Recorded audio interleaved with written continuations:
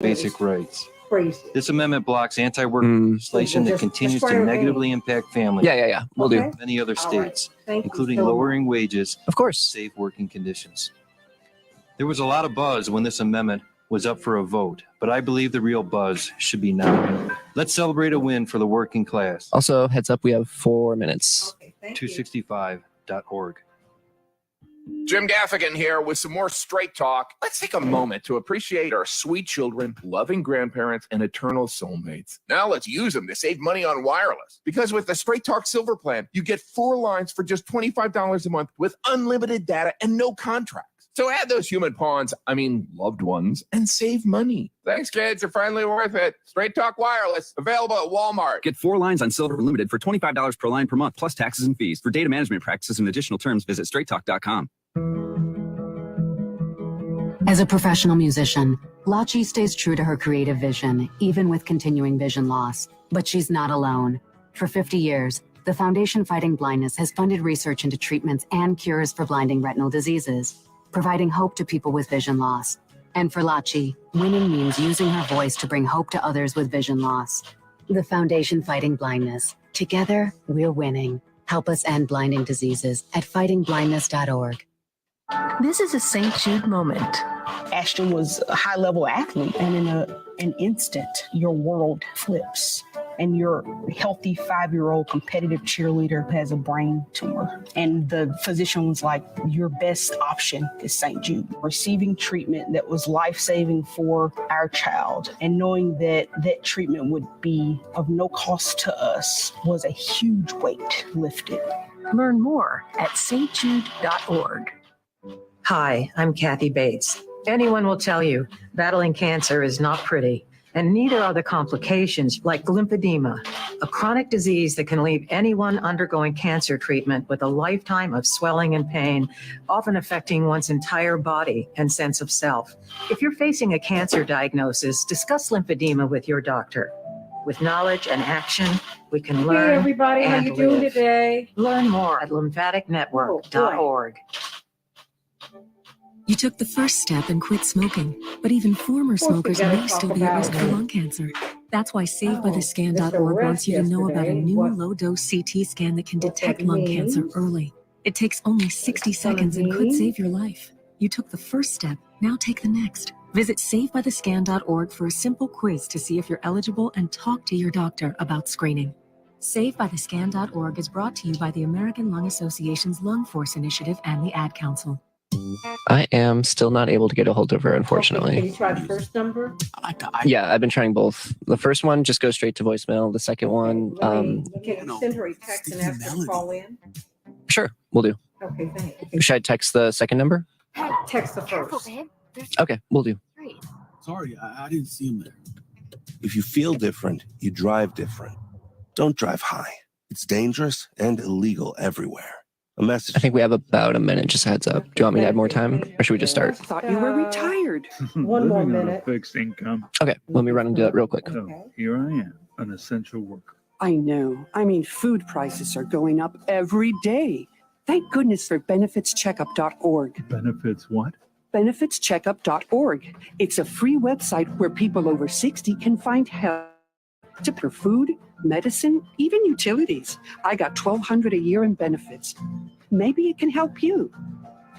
Serving part-time in the Army National Guard has led to a lot of firsts for me. It paid for me to be the first person in my family to go to school. That education got me to the first day at my dream job, which I can still hold while I serve part-time. That job and the home loan benefits I got from the Army National Guard helped me buy my first house. I also know that I will be one of the first to respond if my community ever needs me. Sponsored by the Illinois Army National Guard, aired by the Illinois Broadcasters Association at this station. I want to get back to kissing the cheeks of my grandbabies, making Sunday dinner with a house full of family and lots of COVID-19 has changed how we live and how we feel. But now there are vaccines, and they are the very first step that let us get back to what we miss most. It's okay to have questions. Is it safe? Should I wait? Now, get the facts. Visit getvaccineanswers.org so you can make an informed decision when vaccines are available to you. Brought to you by the Ad Council.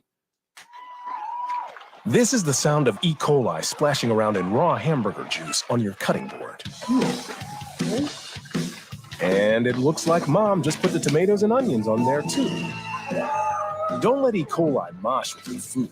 An estimated 3,000 Americans die Friday. from a Hey, foodborne everybody, how illness you each doing? year. So always separate raw meat from vegetables on 2 cutting boards. Keep your family safe at foodsafety.gov. Brought to you by the You guys, it USDA, has been a HHS, rough and week the for Ad me. Council. I have had walking pneumonia. WCPT Didn't know I had 820 it, is which seeking is a highly motivated dangerous. part-time radio sales Which is why executive you to have to be generate very revenue for careful the with station by establishing But I long-term feel business so much better, relationships and it's with new viral clients for and me. So maintain that or means nourish current business taking in. relationships. We're looking for someone who And passionately I know believes in my our eye aggressive is not mission, going to celebrates work. inclusion I platform, and would enjoy. Hi, Miss Jackson. Still not able to get a hold of her. I reached out. I think the show is about to start. So if you want to just start, we can. If not, I can. Did you send her a It's call-in equal number? opportunity workworkplace. Yes. Affirmative action employer. And just let me You're know, get in listening my to ear. WCPT. And tell me Will do. if it's Because safe to facts say when matter. I'm winding down that she's not there. Perfect. All right. Let's start the show then. Change the world, change the world. We can change the world, we can change the world, change the world. This is the Santita Jackson Show. War and hate to a place of love, it's not too late. Gotta save the children, we can't wait. Let's change the world. Hey, everybody. Welcome to the Santita Jackson Show. It's Friday, August 25th, 2023. I'm coming to you from WCPT 820, the nation's largest progressive talk radio station, and AM 950 radio, the voice of progressive Minnesota. I want you to meet my morning stars. Hey, Robert. Hey, Flora. Hey, Paula. Hello, hello. Hey, Sheila. Sending you all so much love today. Please meet them on the Santita Jackson Show YouTube channel, the Santita Jackson Show YouTube channel. Andre. Everybody's up there already. Let's talk about what happened yesterday, this historic mugshot. President Trump surrendered to arrest at the Fulton County Jail, that notorious jail where people have actually, there was a young man who died. He had been eaten to death by these, by bed bugs. I mean, it's a notoriously just a horrible place to be. And it generally takes people a very long time to be processed. And of course, he was not going to be processed. It was not going to take him a long time because it would have been a security nightmare. But we have to talk about that. Talk about that today, about I want to know what you think about the conditions of that jail, what you might have heard about it. And I also want to know what your thoughts are about this arrest. What will be the fallout? I saw some scenes of jubilation, some scenes of frustration and anger.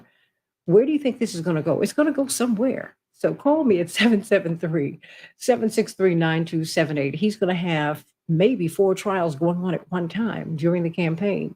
Will this trial go forth in 59 days? That's what the prosecutor wants. How do you think that's going to work? Will that happen in 59 days? Call me, text you, call me, don't text me, but call me at 773-763-9278, 773-763 WCPT. What are your thoughts about this? Call me at 773-763-9278. Want to know where do you think all of this is going, everybody? Where is this going to go? Where is this going to go? Call me, 773-763-9278. This historic shot, and everybody's, some people are jubilant about it. Others, not so much. He is now PO 113 5809. That is his number. So want to know what your thoughts are today on the Santita Jackson Show. Call me 773-763 WCPT. Well, that's at the top of the news, of course, the president's his mugshot. So what do you think about that? And the numbers have been lowered tremendously. Going into, as we're looking for more and more people in Lahaina, in Maui, the numbers have gone down by several hundred. So what do you think about that? What do you think about that? Do you trust the numbers? I mean, it's very interesting to me that these numbers have gone down as more and more people have complained about all of the people who are missing and all of the things that are not happening for the people of Lahaina. I want you to call me about that. 773-763-9278. Vladimir Putin broke his silence regarding his former colleague, Yevgeny Prigozhin, who was reportedly killed in this plane crash. Of course, he was the head of the Wagner Group, the mercenary group that is very well regarded in Africa. And want to know what your thoughts are. What are your thoughts about that? Some people said that he was very cold, very distant, very removed in his remarks. Well, there you have it. This is not a game of tiddlywinks, everybody. This is power. And in power, this is how it goes. Maui's power utility may have removed evidence about the Lahaina wildfire's origins. Oh my goodness. Hawaiian Electric removed damaged power poles and other equipment before the arrival of investigators, according to documents obtained by the Washington Post. Wind damaged electrical equipment is believed to have started the deadly fire. The wildfire, the utility may have violated national guidelines on preserving evidence. But what about the alarms that were not sounded?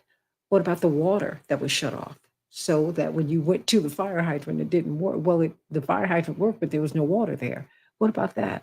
The professional wrestler known as Bray Wyatt died yesterday. Wow, his real name was Wyndham Rotunda.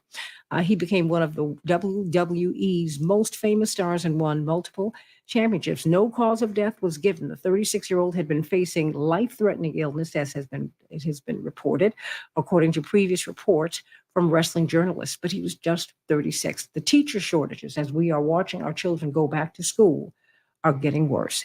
Teacher vacancies grew by 35% last year, according to a new analysis of 37 states and Washington, D.C. Some districts have had to rely on underqualified or even virtual teachers.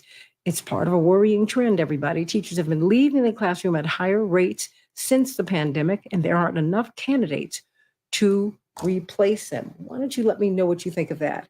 773-763 WCPT. Dr. Shanina Knighton, it's wonderful hearing your voice today. Before I get to you, I just wanted to give people a positive word today. Really, when you look at what happened with President Trump yesterday and 18 of his colleagues, and indeed, there are 2 Black defendants in that group, one of whom is still in the jail. That's right. He is a veteran, and I guess he was not able to come up with the bail, but it's all very, very interesting. But it reminds me of something that my pastor's wife, Mrs. Luther May Evans, who will live as long as we call her name, as long as I do, and those of us who were raised in the Fellowship Missionary Baptist Church. She said, you never know. She said, it's dangerous to forget. And you are blessed when you remember. And also, you never know where you've been, but you don't know where you're going. One day you're up, one day you're down, one day you're down, one day you're up. Always remember that, everybody. As President Trump said, mugshot, didn't know about that. They didn't teach us that at Wharton. Of course, he was speaking figuratively, but he never thought that he'd have this experience. But if you keep on living, you can have these experiences too.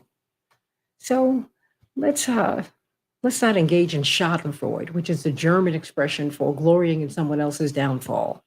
Let's seek justice here. That is what we need. Ultimately, I think that is what we want. And let's get the country right. How about that? But call me. I want to know what your thoughts are. Call me at 773-763 WCPT, 773-763-9278. Dr. Shanina Knighton, how you doing today? I'm doing good, Santita. How are you? I am doing great. I've been doing this reading, and I asked you about this yesterday, and I need to circle back with it because, over the past week and a half, maybe it's been 2 weeks even, I found out I had walking pneumonia. And oh boy, last week I couldn't even get on camera. Last Friday, I had steamed for about an hour and a half, literally, in my shower. And it was just enough for me to get on the air last week. And I know about it because I've had it several times. anyone who knows my family knows that our respiratory systems are a little fragile. But that having been said, I'm feeling much, much, much, much, much better now. And I know I'm not 100%, which is why I'm not pushing it, but I feel much, much, much better now. And I wanted to ask you, the first presumption is that you have COVID, right? Or you have the flu. But no one looks for these other illnesses anymore, Dr. Knighton. And I've been misdiagnosed about a couple of things, and that delayed the relief that I could have gotten. It delayed treatment, on various things. And I'm just wondering about that. What do you make of that? Because particularly now, we're looking for COVID and various strains of COVID, but the flu, that's out the window. And you keep reminding us you can have several things at one time. Should we still have COVID tests at home to test and see if we have COVID? Um, and should we isolate ourselves when we start feeling not well? I mean, what should we do? How should we handle this new normal?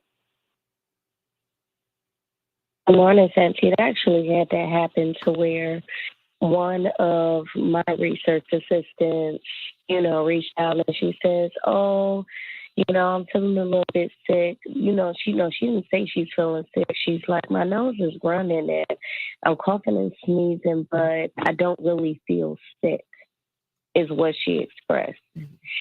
And I told her, I said, "Well, I want you to stay home." I said, "Because I don't think that this is the worst part of how you're going to feel."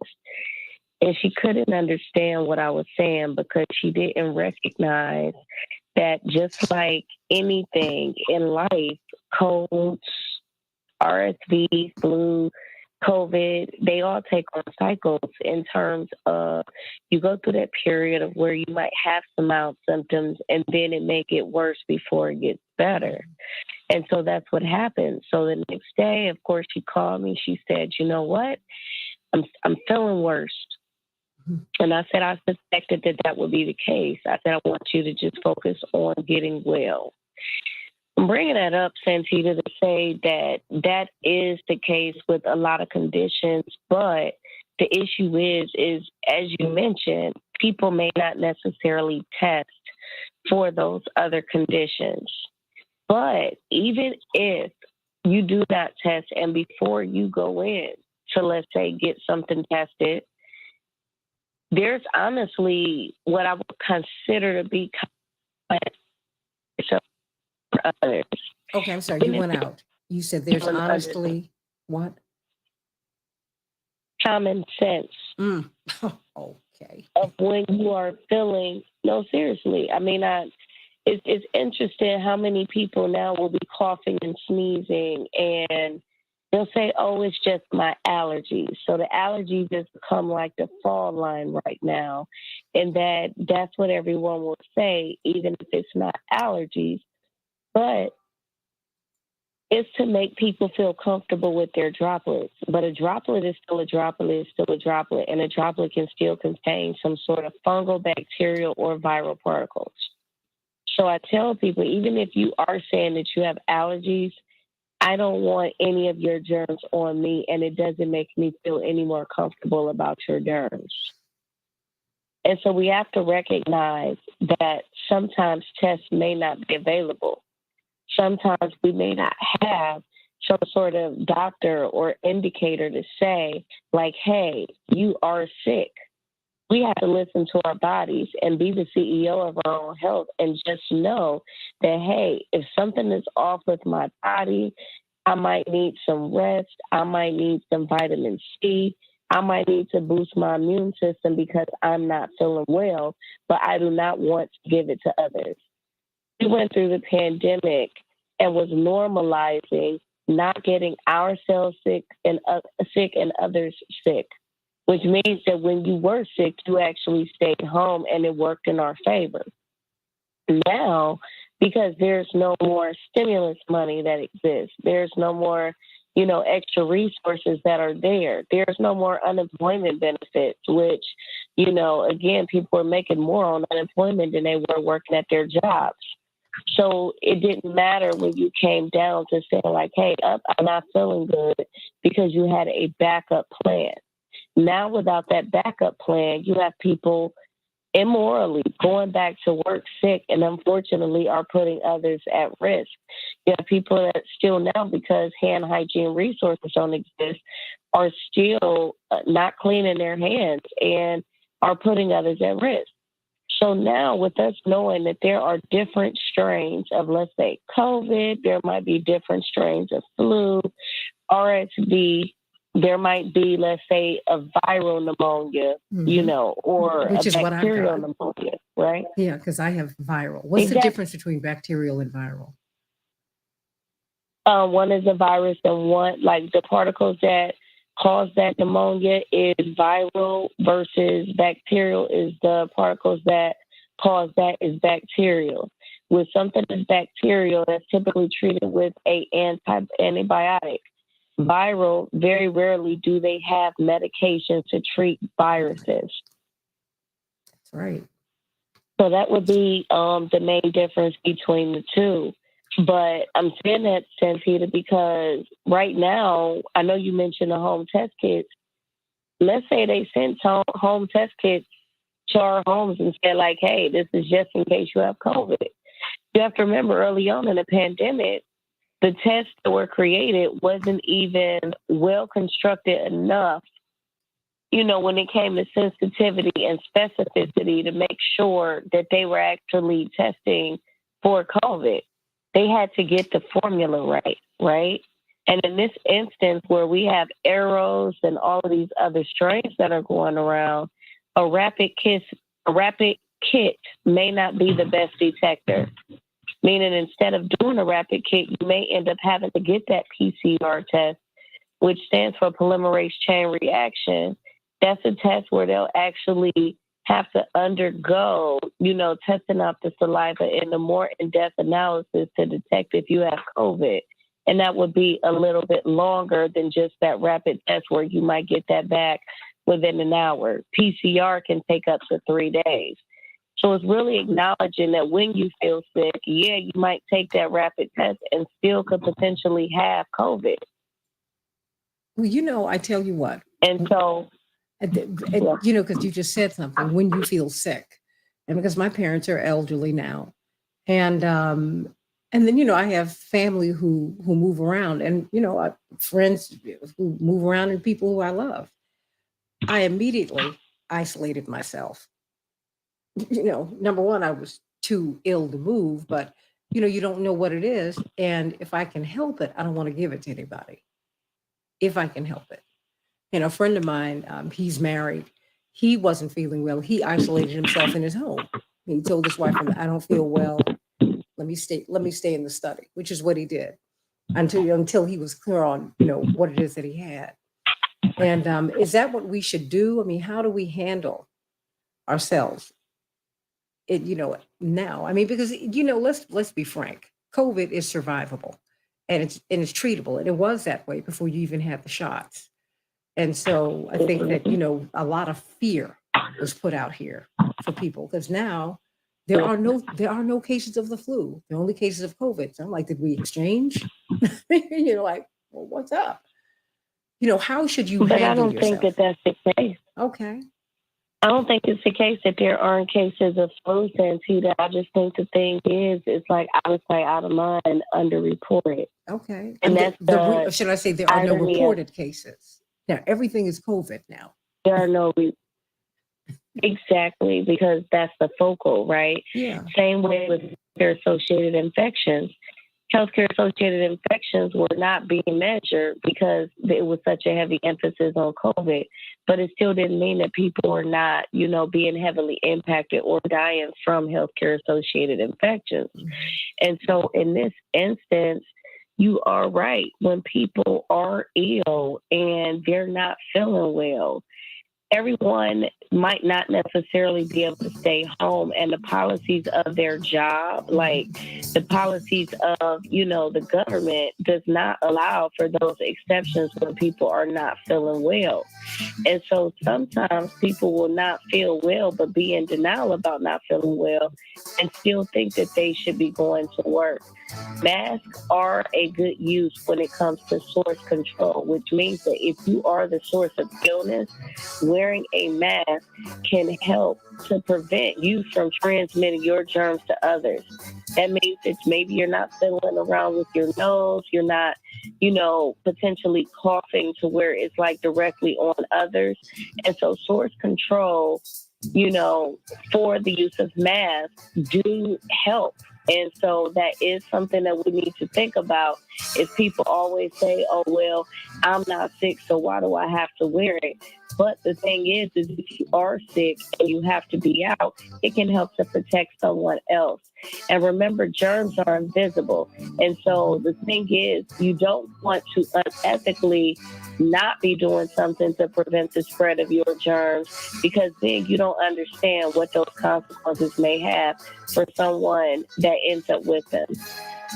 Hey, take care of yourselves and be considerate of others, everybody. Really, please do.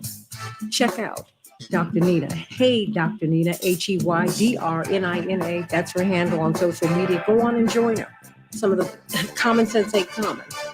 Boy, oh boy, she brings it every single day on the Santita Jackson Show and on social media. Hey, Dr. Nina. Hey, Dr. Nina. Everybody, let's talk about what happened with former President Trump.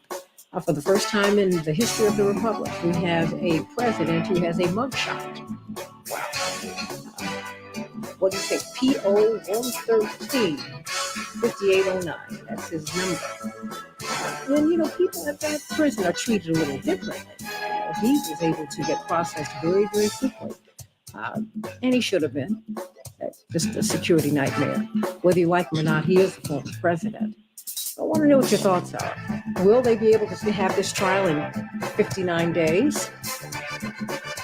What about the three others? Back with more of the Santita Jackson Show in just a minute. Hey. Good morning. How's it going?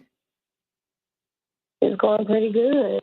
It's crazy. We actually got we had, I would say, our first tornado drill as a family last night. So we ended up getting the emergency alert that it was a tornado warning in the area. And so I had to wake everybody up. Oh my gosh. And we had to go down to the basement for about 30, 40 minutes. And so you already know how that is with interrupted sleep. Everybody tired today, and it's the first week of school. Look, honey, I am, because every time there is a rainstorm, my mother calls me. Have you left your apartment? I'm like, Mom, but I've just literally dropped my, get out of there. Because I have these floor to ceiling. Girl, look. Ooh. Get out of there. Get out of there. Get out of there. I'm telling you. You don't want to listen to me. I'm like, I didn't say I didn't want to listen. I said, just give me a minute. I'm going to get on out of here. Click. Calls me right back. I'm like, Mom, I'm going to the basement. There's no reception. She hangs up the phone. Right. No, she's going to hang up the phone. Hi, Ms. Jackson. Yes. We have Dwight McKee, And Dr. Gibbs, and Attorney Hoffler ready to go. Oh, fantastic. Everyone, I'm still on with Dr. Shanina Knighton, who was giving me the crazy, the tornado drill that she and her family had, and everybody is trying to recover this morning. Oh, my goodness. But of course, she was giving us practical advice about how to deal with all of these illnesses that are out here, right? And so I wanted to, I'm glad that you all are here this morning, Dr. Gibbs, Attorney Hoffler, and Dwight McKee. Thank you for being with us. Good morning. Good morning. Good morning. Good morning. I'm on. Shanina stays on because she wants to hear. Hey, Dr. Nene. Because we are the contrarians. Good morning. That's not what I said. I know how No, crunchy I you said are, you all are. Anita. I said you all are critical thinkers, The and right crunchy now How in you the doing, current Dr. climate, Reverend? that is needed. How you doing, Dr. Reverend Nene? She said, "What is I'm this?" doing okay. But I'm glad that you all are here this morning. Wow. Okay. And what about this? There are two black defendants. Back in 60. One of whom is still in jail. I guess he couldn't raise that money, but he's in jail for more than one thing, too. CK. They say he resisted the police Mm-hmm. when they tried to arrest him. Oh yeah, and attacked them. Oh, I'm sorry, Santita. Keith can make it. I was, getting Keith lined up for you. Oh, I thought he was going to make it on Monday. Yeah. He can come on now. Oh wait, let me just see there. I text her. Wait, can make it this morning, but will be available Monday if they're still open. Perfect. He says can make it. Maybe he meant. I hope he didn't mean can't make it, but it says he said can make it. Okay. Because I thought he was going to make it on Monday. I'm just going to say they will call you. Yeah. Well, I think that's what he said. Back in 15 seconds. Okay, well, put me I on hope mute. He didn't mean to say can't. No worries. Do you want me to call him? No, because he sent me a text. I was going to let you know that he sent me a text, letting me know that he can come on Monday. Right, he sent me one on as well, but he said can make it this morning. Okay. I thought he said he can't make it this morning. Maybe he meant can't. I don't know. This is the Santita Jackson Show. Just if you could check, that would be great. Gotta save the children. We can't wait. Let's change the world. I am breathing. Hey everybody, welcome to the Santita Jackson Show. What do you make of former President Trump's arrest? It seemed like it was a little bit different this time. Because unlike in other arrests where he had to surrender to police, he actually had to take a mugshot. He had to be processed at the notorious Fulton County Jail, where a young man died early this year, having been eaten to death by bed bugs. Yeah, he couldn't get processed for 3 months. The president was processed in under 30 minutes, and that's understandable, just given the fact that there are security concerns. We can all understand that, whether you like it or not. That is a very real thing. So let's talk about this, everybody. Let's talk about this. What happened yesterday, and then what will be the fallout? I mean, because indeed, I saw something very interesting last night. Republican Congressman, Colorado Republican Congressman Ken Buck, sounded very sober, and he asked President Trump to stop potentially instigating his supporters around these various indictments. And he said, I think he absolutely needs to tell all Americans to stand down and allow the judicial system to take its course. We trust judges, we trust jurors, we trust appellate courts. This isn't over until it's over. And he's absolutely right. The problem is that today, no one trusts any of those institutions. The more we hear about the Supreme Court, the more you see the rot. And that is what people are responding to. I'm not saying it's right. What do you say, Dwight? I'm just the weather girl, not the cloud. We've got attorney C.K. Hoffler, who's down in Atlanta, and Dr. David Gibbs, who's out there in Arizona, of course, brilliant historian. He's got to teach class this morning, so we've got to hear from him before he has to go. But before we hear from you, Dwight McKee, attorney C.K. Hoffler, what happened yesterday? What did we see? Good morning, everyone. Well, what we saw was the president being treated, the former president being treated like defendant. He was booked. He was processed. Now, granted, most defendants don't go in through a private entrance. Most defendants aren't processed as quickly. But he was processed. He did get a mugshot. He did get fingerprinted. And so we saw really the wheels of justice turning in the criminal process in full swing.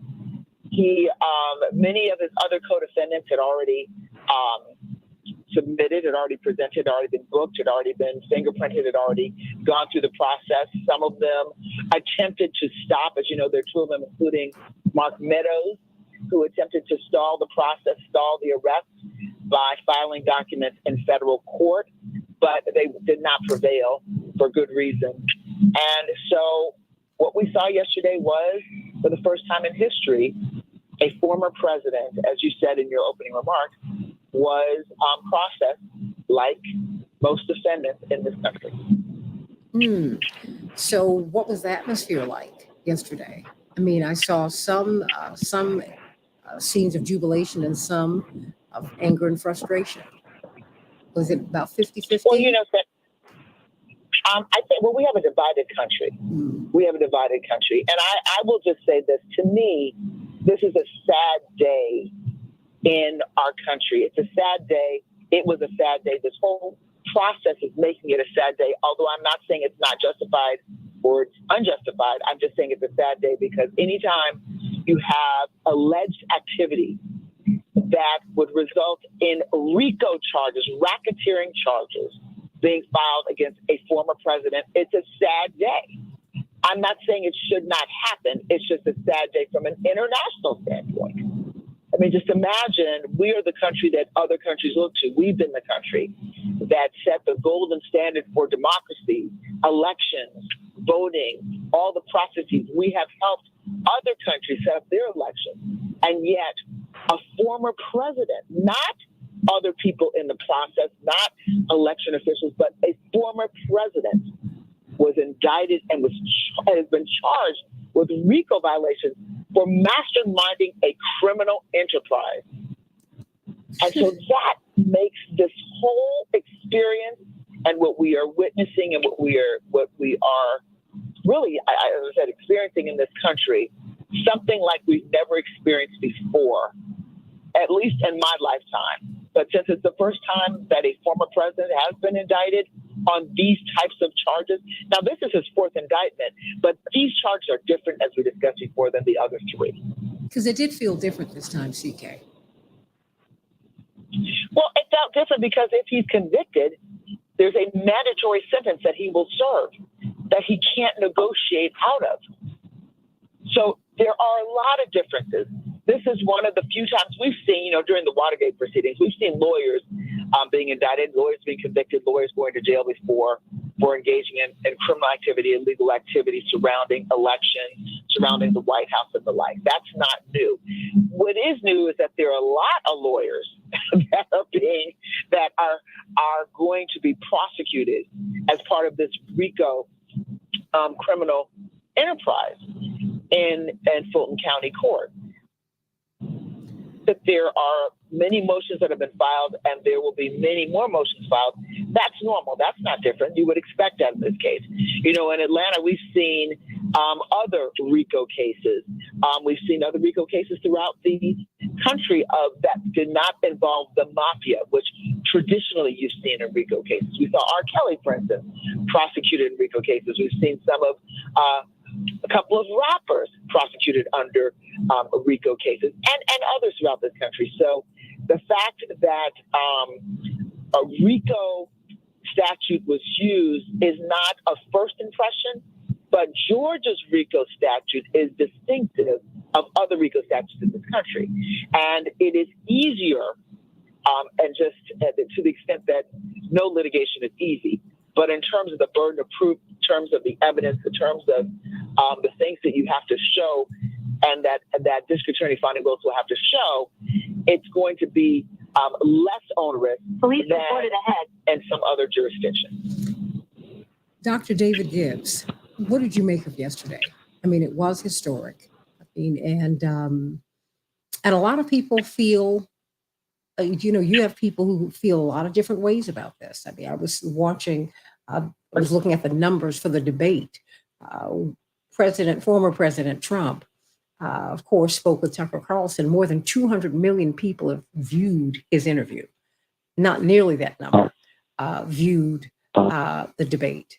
And you also just have this, you see how former President Trump, and I call him President Trump because that's what we do with all past presidents. And I do that with President Obama. And so pardon the slip, and I'm going to continue on with that. I've just made that decision here because you honor the office, period. That having been said, so what do we make of all of this? Because it seems that yesterday was different. And it seems as if, he went back on Twitter. He had not been on Twitter, which is now X. He hadn't been on there since they put him off. And he posted his mugshot. It's almost become like a badge of honor, Dr. Gibbs. Well, it was in many ways very predictable that Trump would indeed use this to his advantage. It's a very difficult situation to evaluate. On the one hand, you have a situation where, in this particular case, the charges against Trump, to me at least, seem substantive and serious in that, he clearly did try to overturn a legitimate election through illegitimate means. I see that as very disturbing. And some of the other charges against him, as I've said before in the show, seem a bit silly, but these do not seem silly.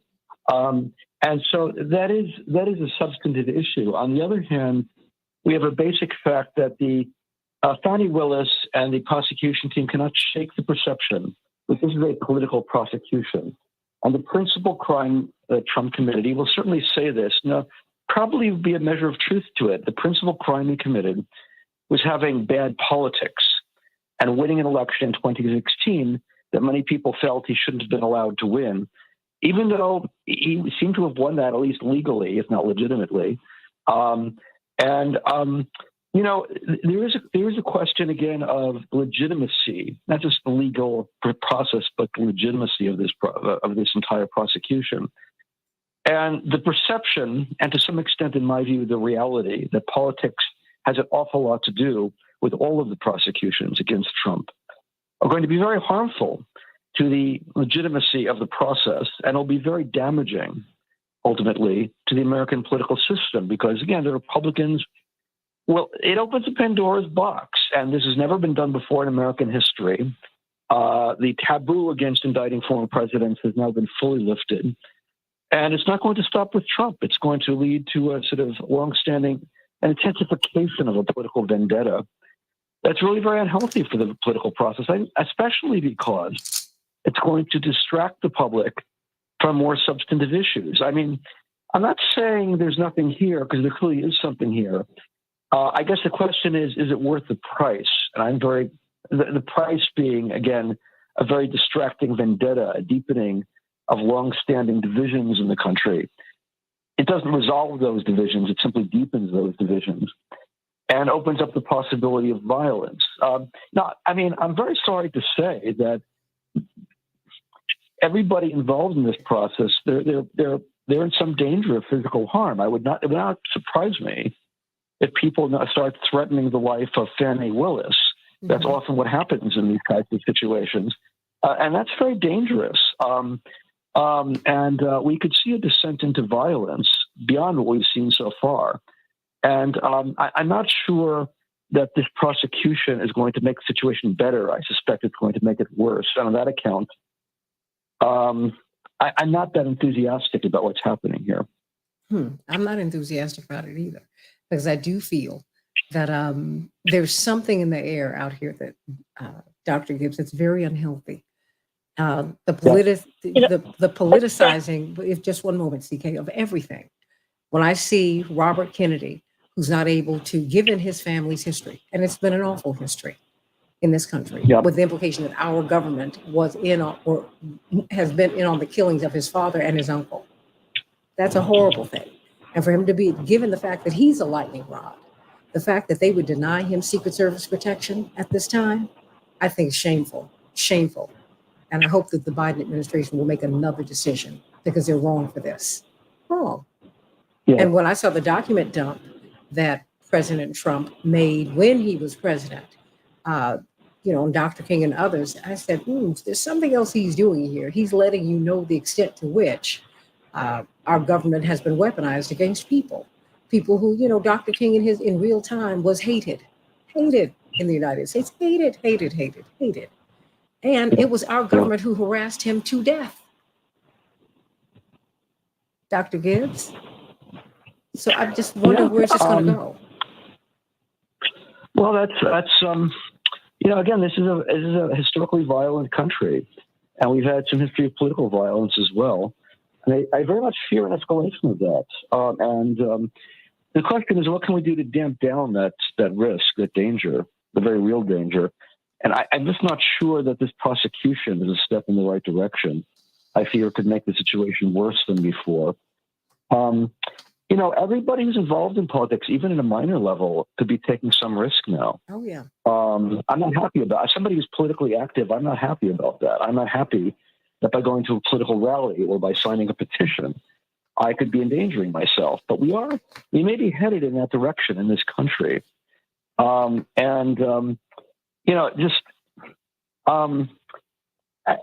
think a lot of what's going on here is just sort of pleasure at retribution and a cycle of retribution, a tit for tat kind of retribution, and that's escalatory. And I think we need to do is de-escalate right now rather than escalate.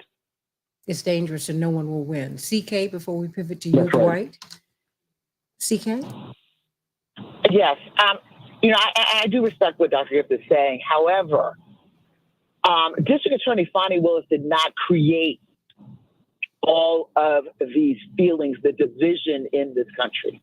She is not, just as former President Donald Trump is not responsible for racism in this country.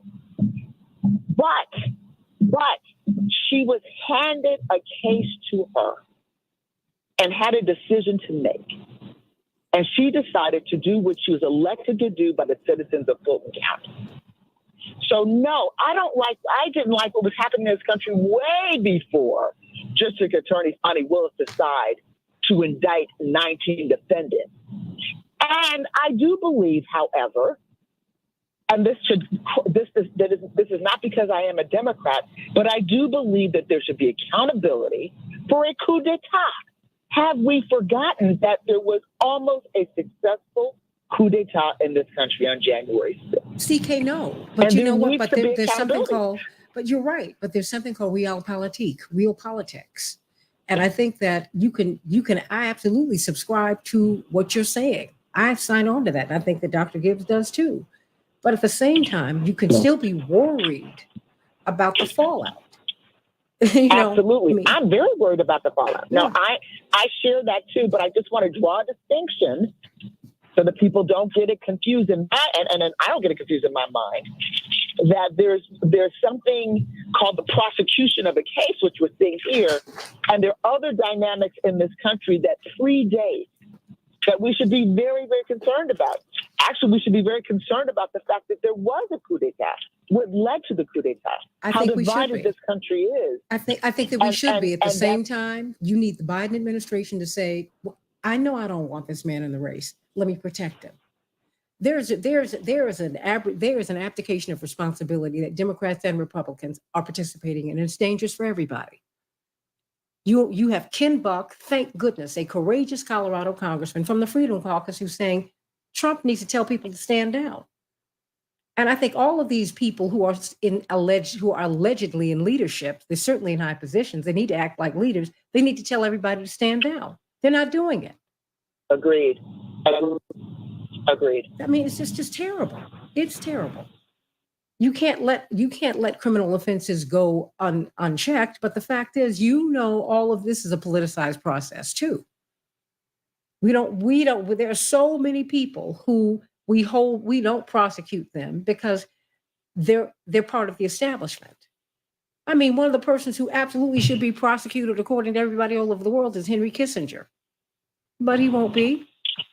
George W. Bush, but he won't be. And they have this patina, of respectability around them. But Kwame Ture, Stokely Carmichael, had to die out of the country because he was a freedom fighter. Shame on us for that foolishness. Dwight McKee? Well, what I saw yesterday was probably the most dramatic, the most majestic surrender since Lee surrendered at Appomattox. Lord. This guy got out of a major mansion, got in a private jet, flew across the country, got into a motorcade with a police escort of probably 30 motorcycles, turned himself in for 30 minutes, turned around, had a little press conference, and went back and got on his private jet and flew back to his private mansion. And it made him look more presidential, really, than Biden did in Hawaii, who was there and asleep. What you saw was the sun revolving around the moon. He really did take the moment, as I knew that he would, and took one of the great mug shots ever taken, where he was looking like he was looking down on all of his enemies with the look of retribution on his face that the judge said he could never say out loud. He said everything he wanted to say with that look, so he didn't have to say out loud. It was very clear how he felt about this. That same bookshot I said will probably appear on T-shirts tomorrow all over the world and be marketed There are as mugs, Dwight. Mugs, too. Hats. all over the world. He will raise money on that. And so I think that they're playing into his hands. It's giving him a profile that he would have never had. Like you say, it was 200 million people hits looking at his presentation the other night, while all his other opposition was scurrying, trying to get some hearing and some exposure. And it took them off the front page. Took Biden's trip to Hawaii off the front page. And again, I think he's playing this like a Stradivarius. And I think that the Democrats are playing right into his hands because they are elevating him and giving him a legitimacy that I don't think he ever would have had otherwise. And now he's playing the martyr for the people, and they're buying into it. Yum, yum. Dr. Gibbs, I have 2 minutes before we go. Your closing thoughts.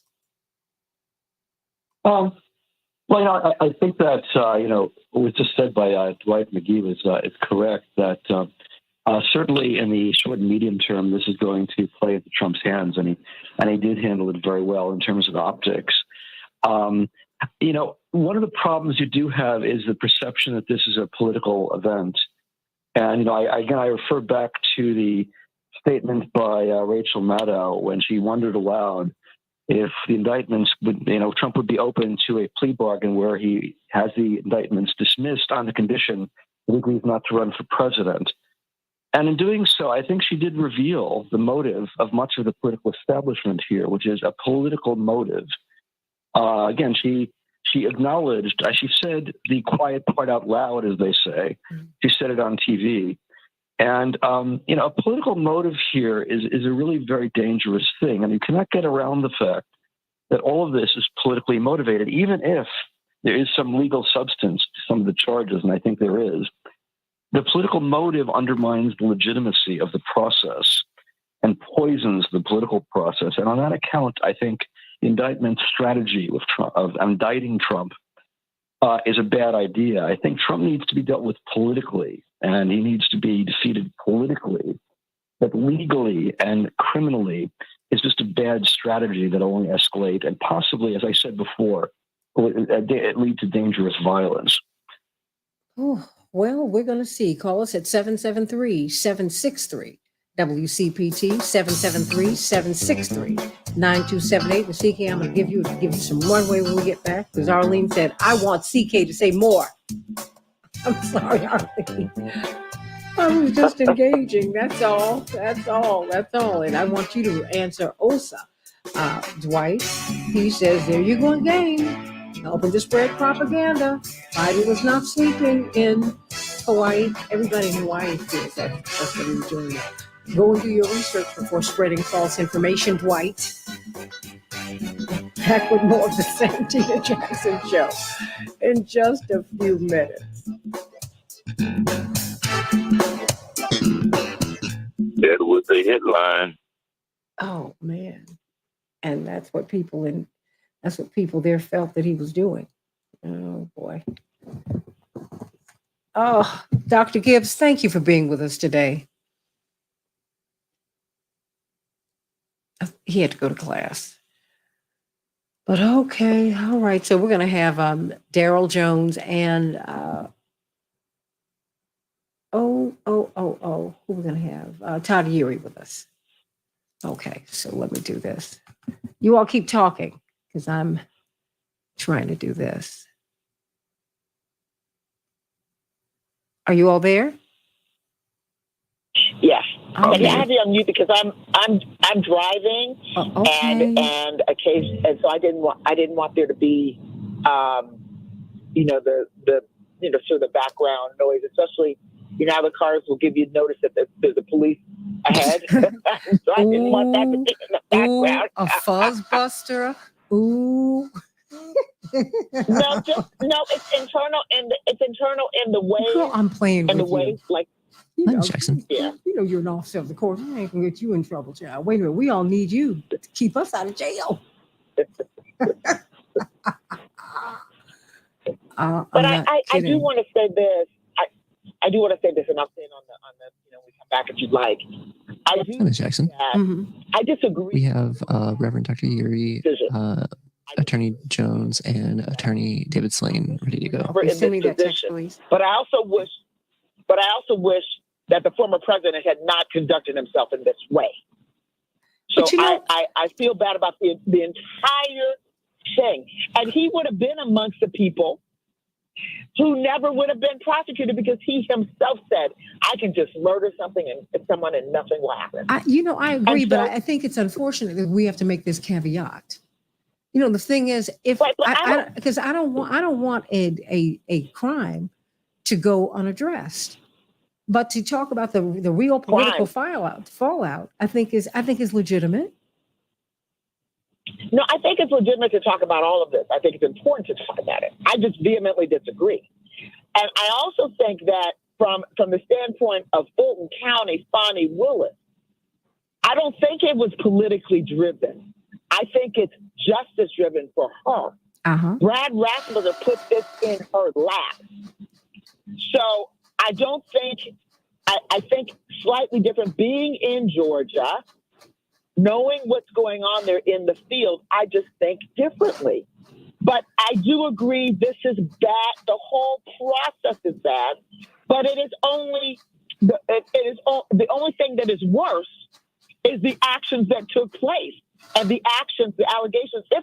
If the former president did what he is alleged to have done, that is much worse than what's going on now. Yeah, and he needs to be held accountable. But CK, I don't think we disagree. I think we think it's all awful.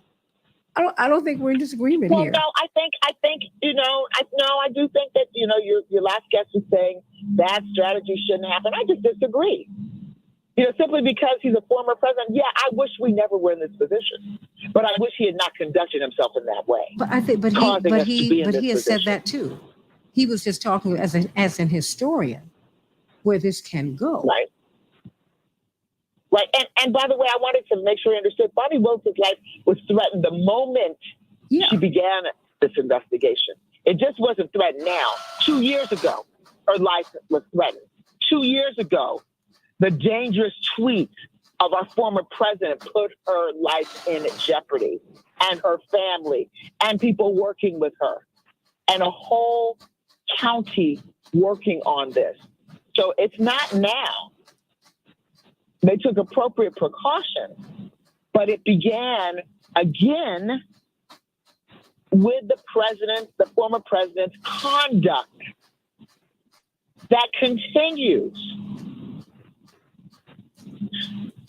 So yeah, I do think we need to talk about it. Well, I think we do. Need to make sure that. Yeah, I think we do because for me, I don't see I don't see any incompatibility here.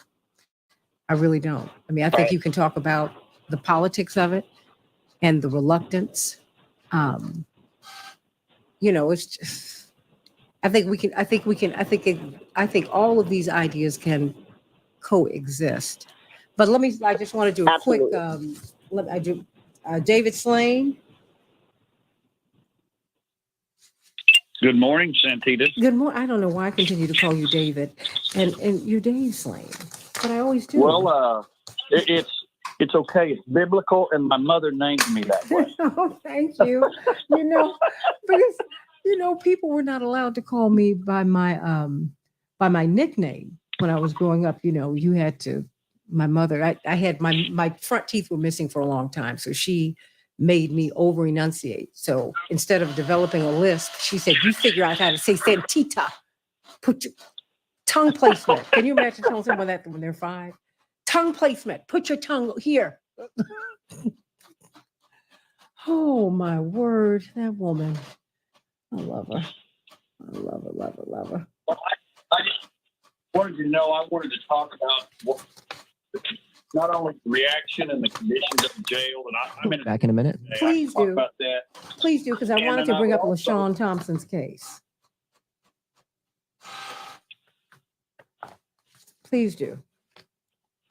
Yes, I will. So, and then I'll follow the rest lead. But I agree with them. I think we've had to go down that path. I don't think it's a mistake that the Democrats made. I think it wasn't a Democrat or Republican issue. You got to remember, some of these people have been career prosecutors. Their political affiliation had nothing to do with it. So I disagree with the statement that it's a mistake. Well, I don't think that they were saying it was a mistake.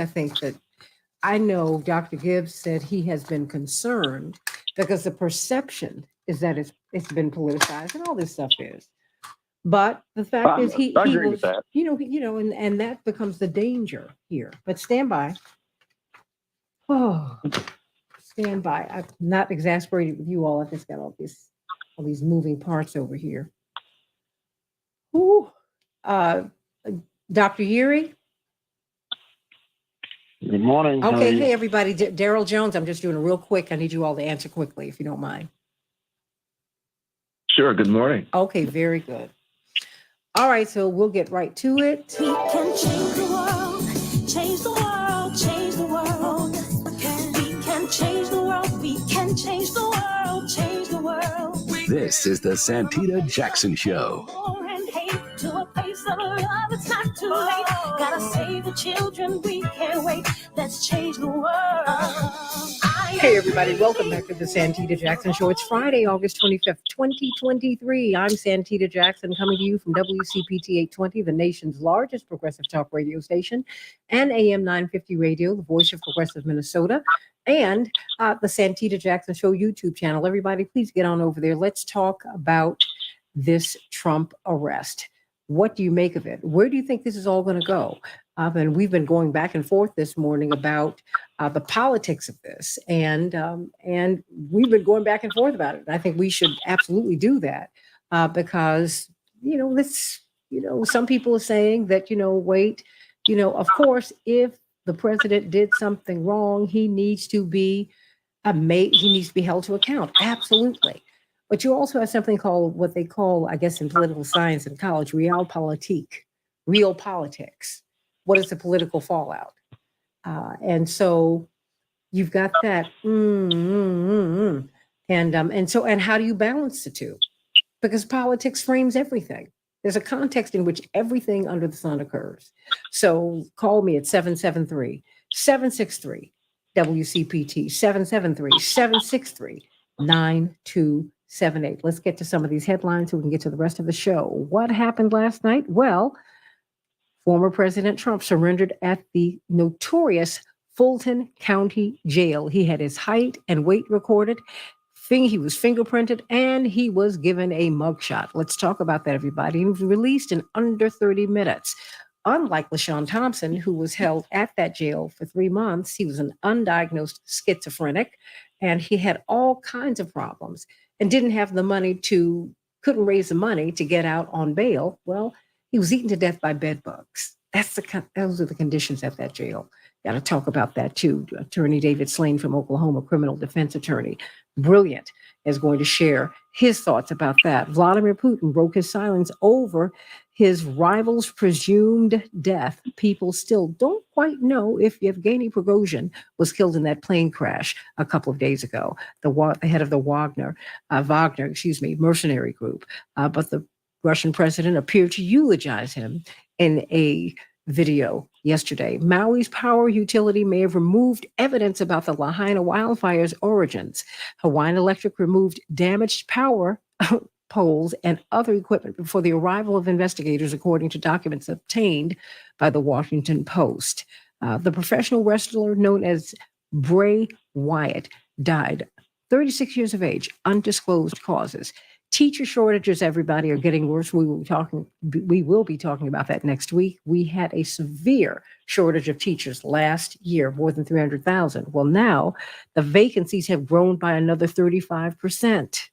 According to a new analysis of 37 states and Washington, D.C., some districts have had to rely on underqualified teachers or virtual teachers. But I can tell you what, they've not had to do that at the prep schools. Oh, no. Think about that, everybody. All of America's children deserve not better. They deserve to be treated justly and equally so that all of their gifts can be allowed to be actualized. Everybody in Chicago, we're going to have a high of 76 degrees, dropping about 25 degrees today. Wow, partly sunny. Minneapolis, St. Paul, 86 degrees, partly sunny. In Major League Baseball, you have the Twins, 7, the Rangers, 5, the Cubs, 5, the Pirates, 4, the Oakland A's, 8, the White Sox, 5. In the WNBA, well, the Lynx, we had mixed results. The Aces, 94, the Sky, 87, the Lynx, 90, the Wings, 81. And those are just some of the headlines on the Santita Jackson Show. We've got attorney C.K. Hoffler, Dwight McKee, brilliant social scientist, attorney David Slane from Oklahoma, criminal defense attorney.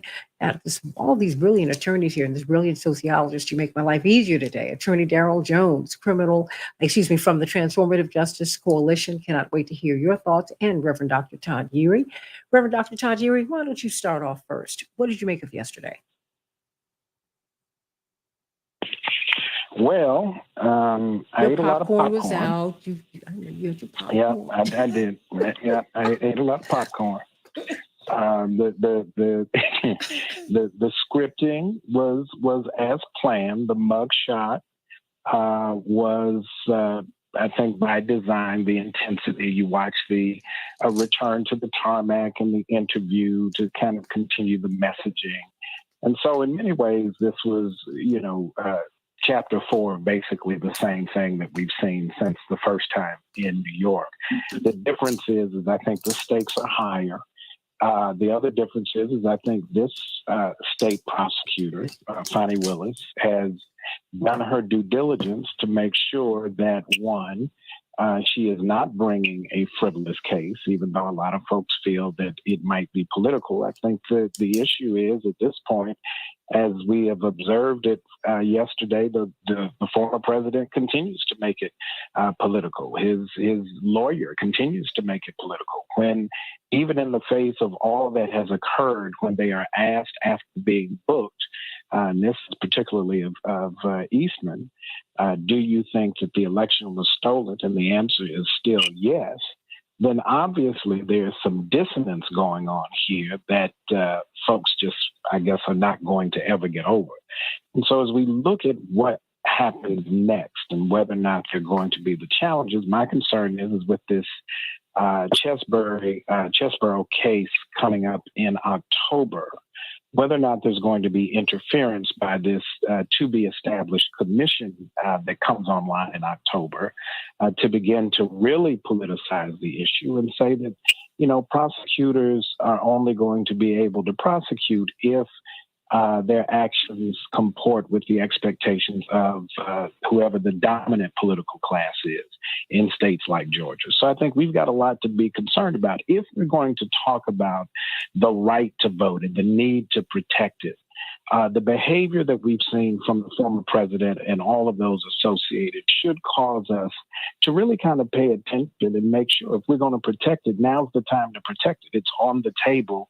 We should not avoid it, but we should be doing so with our eyes wide open, recognizing that there may be some pushback. The question is protecting the right to vote for all people, protecting election workers' safety. Is it important enough to do what is absolutely necessary in this moment, regardless of how many T-shirts he sells, how many mugshots he's going to sell? He's already marketing it, already making money off of it. It is what it is in terms of the show. The question is it important enough for the rest of us in terms of the substance? And I still have plenty of popcorn. I ordered some more because this movie is going to go on for a while. Ooh, Attorney Daryl Jones, your thoughts? Well, I'm right there with Reverend Yuri with regards to not the popcorn, but certainly the raisinets to watch this thing. But this is the thing that gets me is that, when one of the questions that was raised was, would the former president be treated the same as every other defendant that's brought in to be processed? And I don't believe that he was. And I go all the way back to the bail determination. Because, when they preset his bail at $200,000, I just wonder, and certainly, Dave Swain and Reverend Yuri do a lot of criminal work as well. One of the things they're going to look at is, are there other pending charges?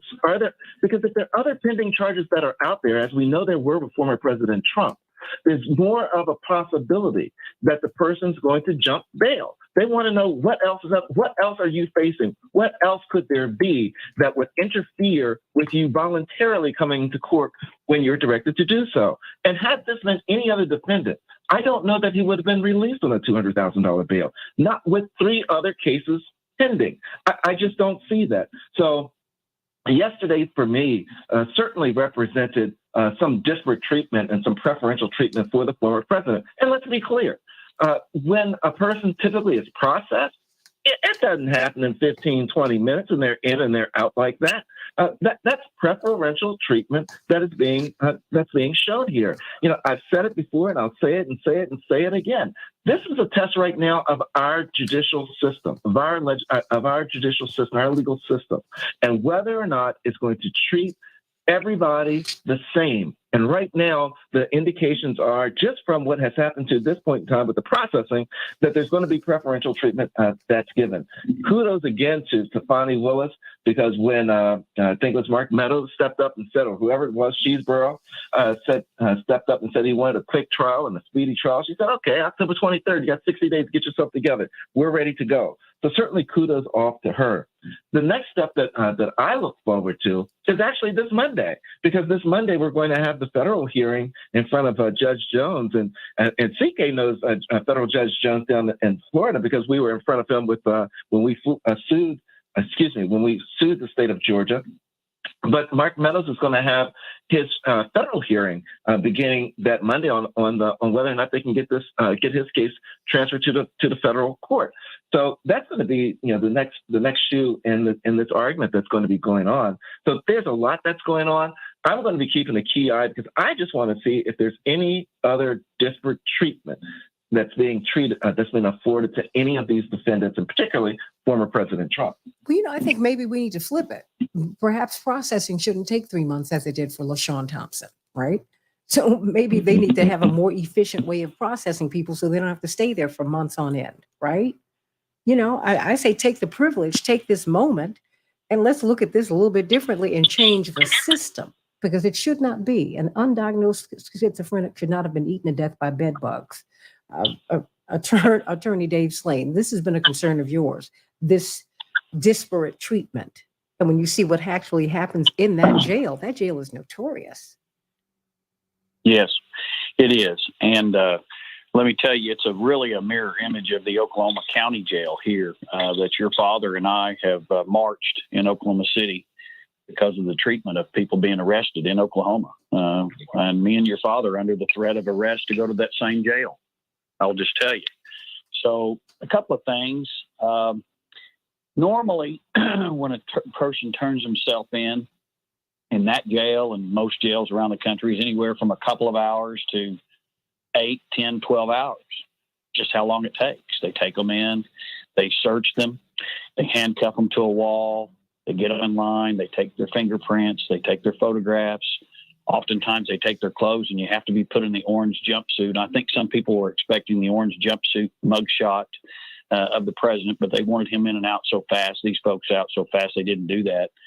But the idea, I think, is that you've seen him go into a jail. This time it was different. He was going into a jail, not a courthouse. This time he was, while he's technically always arrested and released, this time, though, he's arrested, but he's only released after he posts $200,000 bond. I understand people are going to say, well, but he paid a bail bondsman and he only paid 10%, and that's $20,000, but it cost him money. Now, I know he'll make money off from it, but I'm just telling you, psychologically for Donald Trump, I think these things may have an impact. And I think, not trying to get off too much on the political side here, but politically, I think we may begin to see it chip away at some of that Republican base, because they see that he's actually going into a jail, that he's actually posting a bond. And one of the things I noted here was that, remember this, that whenever a person goes into a jail, anytime, it's of security concerns. And there was so much security concern for him in this situation that they close the streets. And I know he will use it. I understand he'll use it for politics to look like he is the sitting president. Here comes the real motorcade. But I also think that we have to realize that from a security standpoint, the impact that it's going to have on these prosecutors and on the sheriff and on the people that work in those buildings, I think the threats on them are real. And I don't think it's politically motivated. I just have to say this. I think that people who really hate Donald Trump, they want to go after him. They're relishing in the moment that this is happening. Even though it's sad, they're still relishing. On the other hand, I think there's a whole group of America that's in the middle that's just in disbelief that this is happening. You know, yesterday I heard someone say it took us 245 years for a president to bring us to this point. Well, don't worry, Donald Trump will bring us a lot lower. So I think it may have an impact. It may chip away at that. And psychologically, I can only imagine Donald Trump walking into a stinking, nasty, dirty jail that does have bed bugs, let's be honest. And those are things that's going to play on him. And it may have an impact on what ultimately happens. I don't know. C.K. Hoffler, your thoughts? My thoughts are this, again, like I said at Rick, I don't think with District Attorney Fonnie Willis this was politically motivated. I really don't. So I disagree vehemently that it was politically motivated. Also, the threats on her life occurred from the beginning of the investigation. That is very unfortunate. Just like we have the threats on the lives of in all four cases, those people that have been involved in the process. That's very unfortunate. But the tweets, the damaging social media instigated by the former president surrounding all of these indictments have also led to some of the dangers that have been posed. So all of that is very unfortunate. All of that has been happening and will continue to happen. But it is a reflection of where this country has been for quite some time, leading up to the events of January 6th. So accountability, prosecution, if the evidence is there, and I trust that she will be able to pick a jury. And the other thing I want people who are not in Georgia to understand about this district attorney, Fonnie Willis, she has prosecuted RICO cases before. The Atlanta school system case, these were not popular cases for her to prosecute. She's prosecuted some of the most popular rap artists in the country and definitely in Georgia. Not very popular position for her to be in. But she's doing what the citizens of Fulton County elected her to do. This is not politically motivated for her. It may be that those who are watching this in the different parties, it's political for them. But for her, this was handed to her by the then Secretary of State. Very damaging evidence. And she took her time 2 to 2.5 years to investigate this case thoroughly. This is not a frivolous case, ladies and gentlemen. This is a case that she investigated for a period of almost 2.5 years. And this is the result. Under Georgia law, that RICO statute is very powerful. It's different than other jurisdictions, and you all will see that unfold as this case proceeds. So, Santita, yes, it's a sad day. Yes, it's a sad time. Yes, we all feel some kind of way at seeing a former president of this country going through this process. But I also felt some kind of way when I understood the events leading up to January 6th, and when I watched the committee, the January 6th committee, unveil a lot of the evidence in that case. We also felt some kind of way about that. I think we all do. It's unfortunate. You know, and I'm saying, and before, because Arlene, but I don't think it's politically motivated. Oh no, because Arlene is upset that I've been interrupting. I'm not interrupting. I'm engaging. CK has a full hour on my show every week. Okay, I only have 10. She's got 1. So this is not me cutting her off, not allowing her to speak and all that. No. And I do that with all guests. That having been said, I think that in Dr. Gibbs' absence, I think I need to be very clear. He has not said that this case is unwarranted. He didn't say that Fonnie Willis has made any errors as a lawyer. Absolutely not. As a prosecutor, no. He was simply speaking as an historian. There is a political fallout. And I think that we have to talk about that. If we don't talk, because that is what we're dealing with. That is why Fonnie Willis is under threat right now. That's why she has got heavy security right now. And her other colleagues have heavy security right now because people are feeling some kind of way. And I think that you can have that discussion while saying, let the process of justice move forward. But for us not to ignore that, I don't think that's smart. Dwight McKee, I've got about 3 minutes before we go to break. Well, I think there is a danger of violence for Sister Willis, but I don't think that's the real threat for her. I think the real threat is when they come to decapitate her from the Republican legislative side. I watched it happen to Kim Fox here. She was well-intentioned, but she really didn't understand what she was up against. And if the perception is that this is like the teacher's case or like some delinquent rap guy's case, then we don't understand, again, what we're looking at. This is a case of the high stakes of a former president of the United States who have some of the top lawyers in the world with him, who 50% of the country is on his side, at least 50% is on his side. And so, in a case being looked at from all over the world, and it is down between the two issues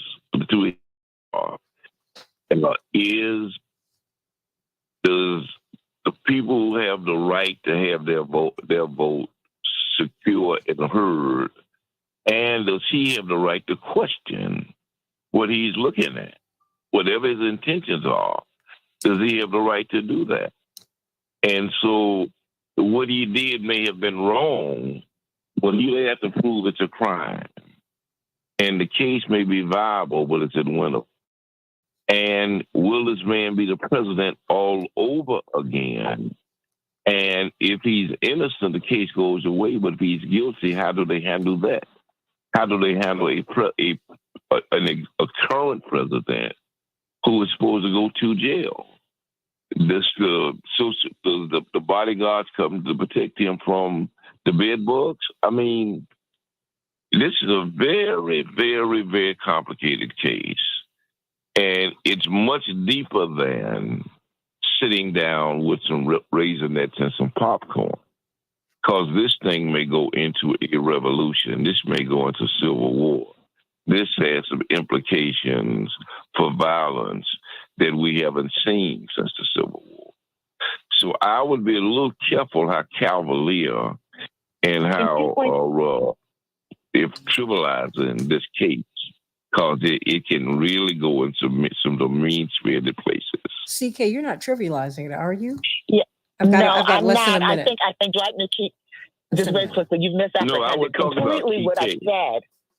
Yeah, but because I'm saying the exact, I'm saying the exact opposite. From a legal standpoint, procedurally and all that, it's no different than some other cases. What makes it historic, different, and something that has incredible ramifications is that it's a former president of the United States.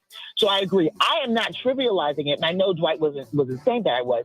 I'm saying the exact opposite. But what I'm also saying is this district attorney has done her homework. She did not bring a frivolous case. And people need to understand that. I know the defense attorney that Donald Trump just hired. I worked with him on a matter. He's an excellent defense attorney who, by the way, has likely gone up against District Attorney Fonnie Willis before. There's going to be formidable legal talent displayed. But make no mistake, this is not a frivolous case. 2.5 years of investigation. She had the benefit of anticipating every single step legally that's taking place. Okay. All the other discussion we're having is political. That's political. I think as I said before, this is not political for her. It might be for the country. I think but that you're it's not right. For her. It is not political for her, but you've got to have a political discussion. You've got to have the legal discussion, and these are two different tracks. This train is going to be balanced on both the political and legal side. I don't know what the third rail is, the social side. Back with more of the Santita Jackson Show in just a minute. And I was suggesting that she trivialized it. Oh, I know you weren't. I was saying that, I was saying that when you talk about getting some popcorn and some Raisinets, that I think that gives it a air of a circus that can be very counterproductive because it can become so violent and so dangerous. I don't think we should even, buy into the notion that somehow this is entertainment, because it can get this. I think it can get way, way, way ugly. Well, you keep I'm sorry, Santita. I just want to say very quickly. No, of course. I live. My office is in Fulton County, and I live in the county adjacent to Fulton County. It is very dangerous for all of us. It is very dangerous for the judges there. It is very dangerous for people who are in the criminal justice system. It is very different for those of us who are in the Atlanta area or living in the Atlanta metropolitan area. Already, I'm mistaken for everybody and anybody, but we could be Black women attorneys. All could be Fonnie Willis. So I understand. I live that danger, and this country, because we are so divided, could go in a place that none of us wanted to go. But by the same token, the events of January 6th took us there as well. And that is the travesty. That's the travesty. So each of us, because what has happened in Georgia can happen in any of the jurisdictions where they challenge the elections. And I predict might just happen if the RICO statutes are as robust as they are in Georgia. That a district attorney did what she's sworn to do in representing and in bringing the strongest claim that she could under the statutes of that jurisdiction. We don't need to fault the lawyer for doing that, but we do understand the political fallout. And it certainly goes beyond just Georgia in terms of what's happening and the analysis that's here, because we know that when they were bringing the charges, what's his name? I think it's Alan Bragg out of New York was bringing charges that Jim Jordan then summons them to come before Congress to explain what he was doing against Trump there. And there's a similar threat now that Jim Jordan, as I understand it, has put out from Congressman Jordan has put out to Fonnie Willis to try to make her bring her stuff to Congress to explain, why this isn't a politically, oriented prosecution, and it's not just on its face. So there is a certain national flavor from the federal government that's involved in this as well. Well, you So know, it's highly political. well, that's why I'm saying you've got to make the case for both. You know, is Fonnie Willis right? Yes. Are we looking, but when you look at, I shouldn't say but, and when you look at the politics, you got to look at those, you've got to calculate that too. Those, all of these issues matter. All of them. Back in 45 seconds. And I don't think that anyone is saying that the issues don't matter. And I'm not saying that Fonnie Willis is wrong. I think she's right. But I'm saying that if you don't put everything in a political context, Reverend Jackson was right to run, but we did not think he was going to be alive at the end of the run. Didn't think he was going to make it through. I mean, and two people interrupted his announcement. We didn't know if these guys had guns. They jumped up and lunged at him. But the political and the social and the cultural gods were calling him. You got to do this. I'm saying, Dr. King said, I got to come out against this war. White Walker said, you know, and everybody said leading up to it, you're going to shorten your life, man. Yeah. While the FBI is sending him tapes trying to get him to kill himself every day, knowing that he had issues with depression, all of this stuff. There's a political context in which everything can change the world, change the world, change the world. We can change the world, we can change the world, change the world. This is the Santita Jackson Show. War and hate to a place of love, it's not too late. Gotta save the children, we can't wait. Let's change the world. I am green. Hey, everybody, welcome back to the Santita Jackson Show. We will be talking about this on Keep Hope Alive with Reverend Jesse Jackson on Sunday, and on tomorrow at Rainbow Push. Reverend Dr. Freddie Haynes will be delivering a message. I hope that you will be there at 930 East 50th Street. It will begin at 10 a.m. Get on out there. You don't want to miss the message. You will be blessed.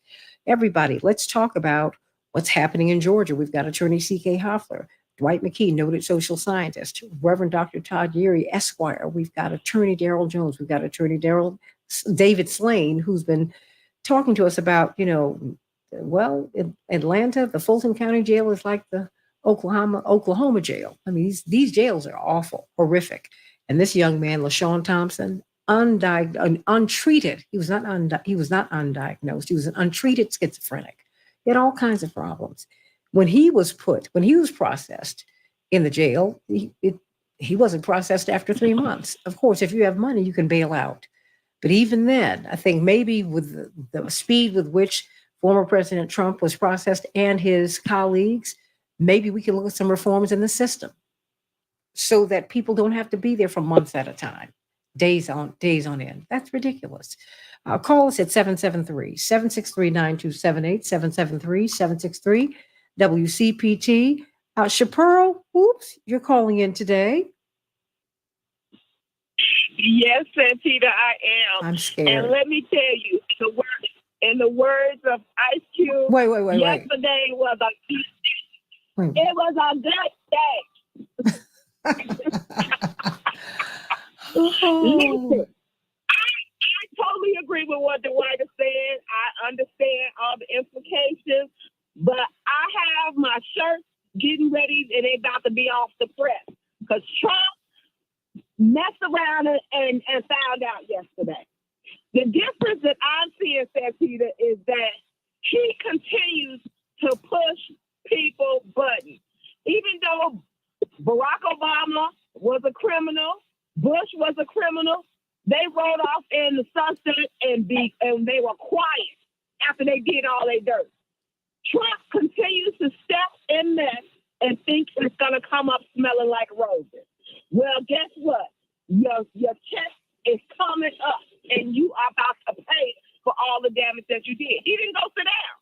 See, that's his problem, and that's why we're going through and seeing what we're seeing today. I'm happy. I'm grateful that he's being prosecuted because guess what? Nobody could get away with what he's gotten away with. No one can sit up here and sell our secrets to Russia and get away with it. That's no not one what he's been accused of, Shapiro. Shapiro, wait. Shapiro, hold on. He was not accused of selling our secrets to Russia. That's not. No. We know he did. We don't know that. We know that he was showing. We know that he was showing all the documents over there in Mar-a-Lago. He had a big old house party showing everybody all the secrets. But we don't know what he showed. We don't know what he showed to whom. We don't know that. We don't know. Well, Well, the speculation is that he did, and I believe that he gonna sell whatever he can to the highest bidder because that's the type of person he presents himself to be. He is for sale. His knowledge is for sale. The documents for sale. If it's gonna make Trump some money, I bet you he's gonna do it. He don't care. He cares about that mighty dollar. And right now, that's what's catching up with him. His greed, his hubris, all of that is catching up with him. And I'm grateful because of the fact that no one in the world could get away with what he has gotten away with.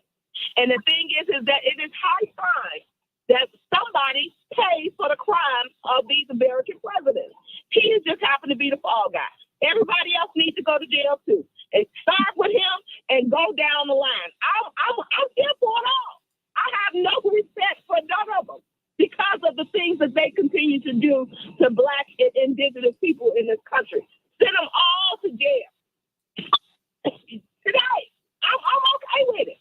But I'm not okay with them saying that it's okay because it may cause a civil war and that's not prosecuted. What is the alternative? Letting him get away with it? Is that the alternative that we're thinking about? Because we're afraid that the white people are going to get up here and raise up? Hell, it's time up. You know, we've been put through this mess for over 500 years. I think it's time for us to raise up. You know, I know we don't want to see another civil war, but the reality is that at some point, somebody got to pay for all this damage that they've done. And somebody got to pay. That's my thought, Santita. And get your shirt. 1 for 15, 2 for 25. Celebrations by us.org. Are you serious right now? Get off this phone, girl. I'm very serious. I know you are. I know you. Have you already made the shirt yet? CK? And I think I got the design ready. I think on the food boxes, she's going to have a picture, a mugshot of Trump. Girl, get off this phone. Goodbye. Hang up on her right now. She is crazy and having a breakdown on the air. Good morning, Chappelle. I hope she. Well, Santita, you know, I think it is important for people to express themselves and how they feel. Oh yeah. And this country is divided. It will remain divided. But I do think, you know, sometimes we have to hit rock bottom before we find solutions. And just be on high alert. We just have to be on high alert. Well, I mean, it's very unfortunate. It is unfortunate. I mean, it's unfortunate that people see this. Well, there's just a lot going on here, and I think at the root of it is a lot of discontent because people's pockets are light. You know, if we were much more comfortable financially, you know, we would not be as upset as we are right now. I mean, that's just the fact. When the money gets funny, so does the honey. Just the honey that's everywhere. Attorney David Slane. I mean, you're down there in Oklahoma. You're in a red state, one of the reddest of the red. I mean, we were down there in Tulsa, commemorating the anniversary of the Tulsa riots. There were barely any white people there. It was a Black thing for sure, even as President Biden came in. I mean, where do you see this going? I mean, project out if he wins, if Fonnie will, what are people saying about Fonnie Willis? What are they saying about this case? I mean, what are you hearing? Well, I'm hearing split things from my Democrat friends. I hear that, you know, he's being held accountable. This isn't politics. This is the rule of law. He has to be held accountable. He can't get away with it. That's what I hear from them. They're very well informed. They've been paying attention. Everything from the Jan 6 commission all the way up through the indictments in federal court and then on to yesterday. That's what they're telling me. And I talked with many of them yesterday. I, however, had an interesting evening. I went out to dinner by myself just to get out of this heat. It was 104 here yesterday. And at dinner, of course, the owner of the restaurant's probably 82, white man, 3 or 4 other Trumpers there, Republicans, what I call Trumpers. And all of them said, this is politics. They just said, this is politics, nothing to it. The president's not going to go to jail. This is impractical. This is a Democratic ploy. This is a Biden thing. and they speak very bad about the Fulton County DA. And they actually make fun of her, to be candid. And they take lightly the fact that she's an African American woman, which I find offensive. But when you're sitting there eating, you can't get up and leave unless you get your check and get out of there. And even when you do, you still hear it. And they make racial slurs. Mm-hmm. They say she's one of those incompetent idiots, and they just don't see it. One of them made a comment to me. He says, I agree with you. It's not good to get arrested 4 times, David. I said, you think? You think it's not good to be arrested 4 times? He says, but I just don't know any of the information. And the reason he doesn't know the information is because all he watches is Fox News. And they don't give him anything except excuses. So there's a whole group of, I just tell you, there's a whole group of red America out there who believes it's politics. They're going to stand by their man. Earlier, you had somebody on talking about him being a martyr. That's absolutely correct. Absolutely correct. And what I think is this. I don't think it's a mistake that he's being prosecuted, even by a democratically elected DA, which I agree with the other panelists. I don't think it's politics. But I do think this. I think for us to underestimate the effect that this will have on the polarization that's already polarized, but it's going to get even worse. It's going to get even worse. We cannot underestimate that. And I think the reality is you could potentially have Donald Trump running the United States government from a Georgia prison, because this is a non-probationable, pardonable offense. It's mandatory jail time. I believe the facts are on the side. I believe this DA has done her homework. She knows what she's doing. I think some of the Trump associates are going to flip on him. About half of them is my best guess. And I think he's in trouble, but it's going to take a long time to get there. And he could win this election. We cannot underestimate that. Well, Fani Willis would not have pulled this if she were not super, super duper sure. I mean, they have a prosecution rate of about 90% in her office, and she is known as the prosecutor's prosecutor. I don't think anyone can, you can't question her qualifications. And I'm just trying to figure out how it is that people think the way that they do if they heard the recordings, or maybe they didn't listen, David, to the recordings, when he said, all I need is this many. Okay. I'm telling you, as much as we pay attention, because we're interested, candidly, because I'll be honest with you, I don't like Donald Trump. And I think he was a terrible president. I think he's a liar, a racist. I could say all the things that many on your panel probably agree with. But I paid attention because I wanted to see, did he really do this? He is a clear and present danger to our democracy, but the Republicans are refusing to see it. They don't want to hear it. They didn't pay attention to it, and therefore they're uninformed, and they're going to follow him all the way to the polls in November. Just look at the Republican polls. He's leading them by 52%. Dwight McKee, a lot of people are saying that Osa in particular is saying that you're pushing Republican propaganda. What do you say to that? Nothing. Okay. Nothing. Nothing. Forward.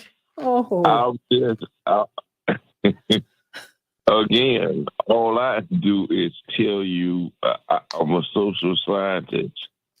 I'm not taking a side. I'm just like Dr. Swain. I'm just telling you what I see. I'm not creating what I see. I'm reporting what I see. And I think that this situation will take a life of its own. It's not only going to polarize the country, it's going to pit the country against itself.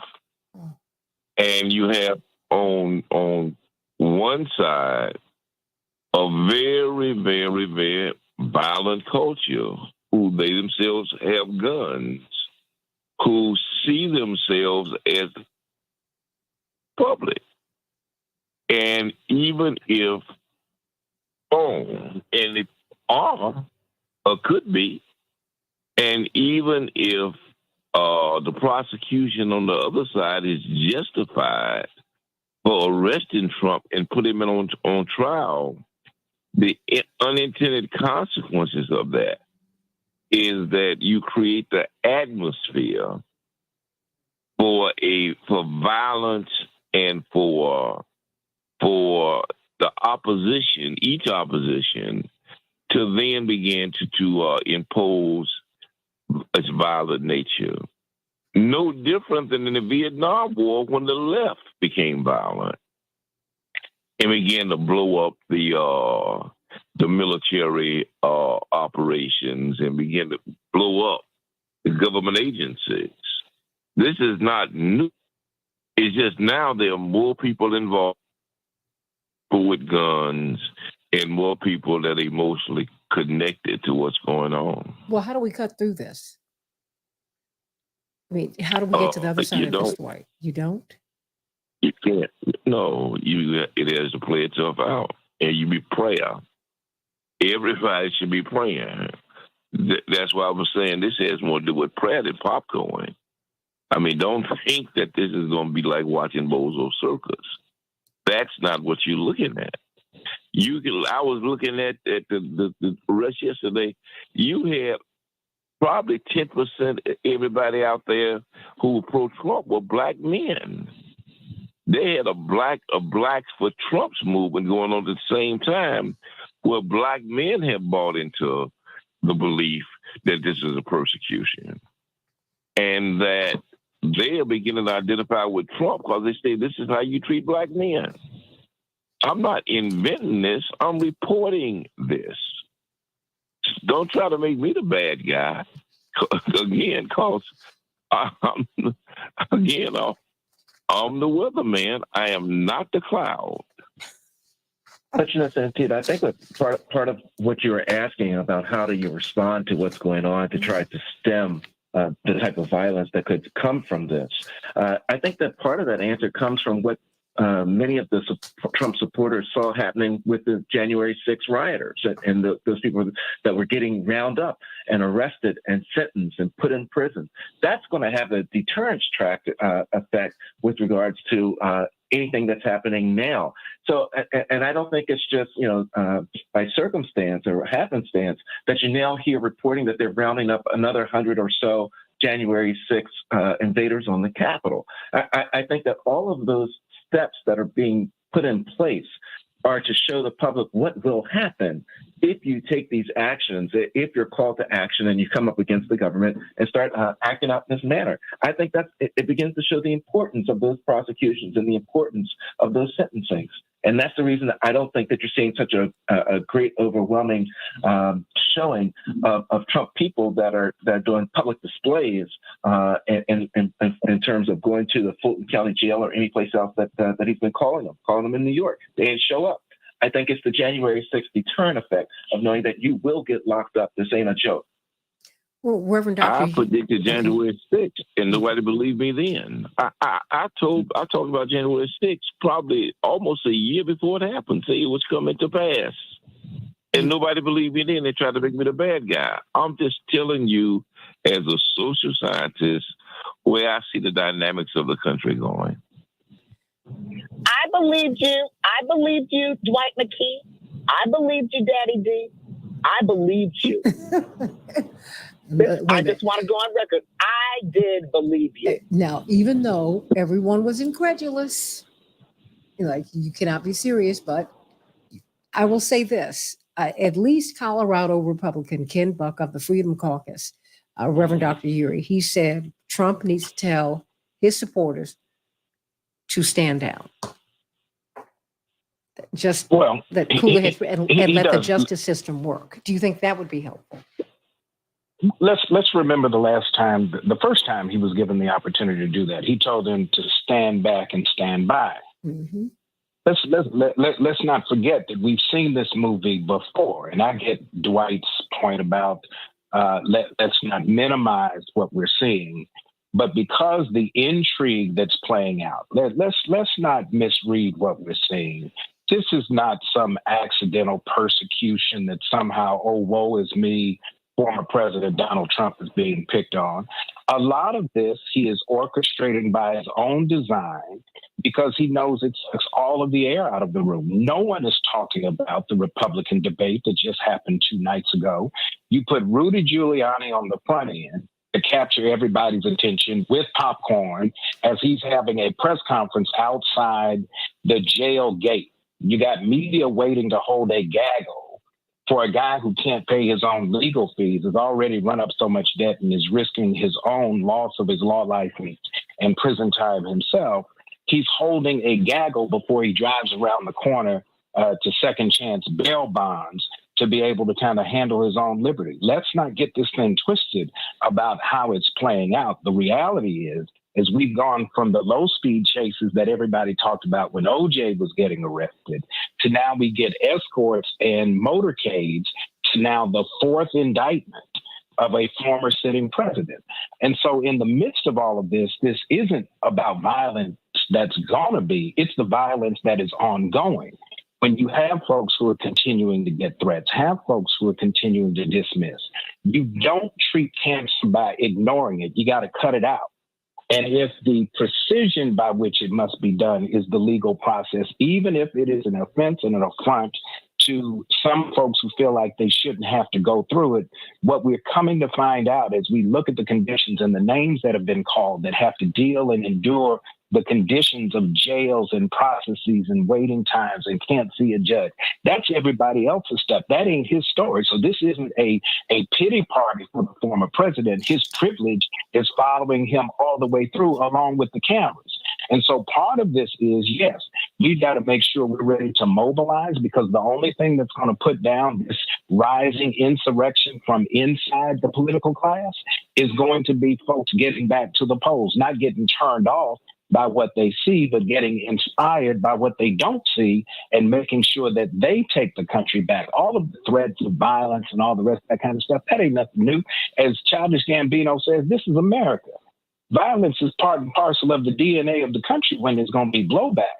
But the truth of the matter is the way you confront violence, as Dr. King has shown us, is by nonviolent social resistance, which is we've got to pay attention to what's happening, but also respond to what's happening in real time and make sure that what we are seeing being cultivated by the political classes to kind of make this a fight of the elephants and the grass is going to suffer, that we got to make sure that we not only get out of the way of the elephants fighting, but we've got to make sure we get around the elephants to make sure we don't get destroyed in the process. So I'm all for folks taking their perspective on what's going on. But what I'm also saying is don't get so dismissive and panic driven that we don't pay attention to how this thing is unfolding, because there are going to be some nuggets that come out of this process, and it's going to happen. This revolution is absolutely being televised. Yeah, because there will be cameras in that courtroom.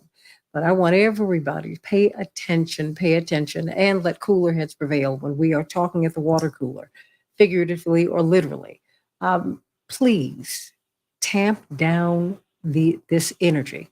Let's transform it into a healing energy, because I tell you, I think if you feel something in the air. And is Fonnie Willis right? Absolutely. Do we have to look at the politics of this? Absolutely. We have to look at it all. I think that I congratulate and thank God for you, Colorado Congressman Ken Buck, who said Trump needs to go to his people and tell them not to stand by, but to stand down. Let the system do what it's going to do. Let it work. He needs to do that, and he needs to be given more airtime to talk about it. He sounded very sober, very sane, and that's what we need.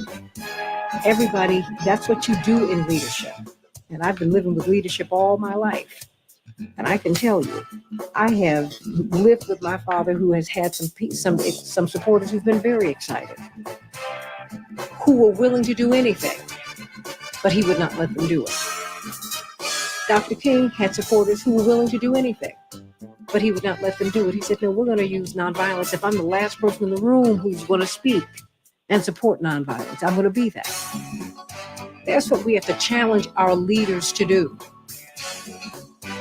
They need to rise up and be leaders, not sit amongst us and ferment all of this anger and anguish. It's not right. So let us lift our leaders up and let them, we need to push them to continue to reach up and make us better people. That's why they're leaders. Otherwise, they're just people who got the bullhorn and they're just out front. Get some closing thoughts on the Santita Jackson Show. I love you, everybody. Can't wait to be with you at Rainbow Push tomorrow at 9:30 East 50th Street, 10 o'clock. Reverend Dr. Freddie Haynes will be giving the message. You don't want to miss that. And, of course, keep up alive on Sunday. We'll be talking about this and then some. Love you, everybody. God bless.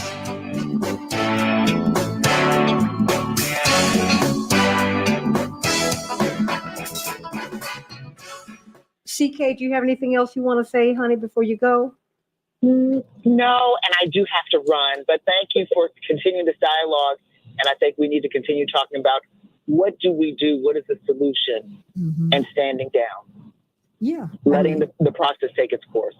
Absolutely. I mean, the process needs to take its course, but I think we need to be realistic about the politics of this. And we need to talk about it.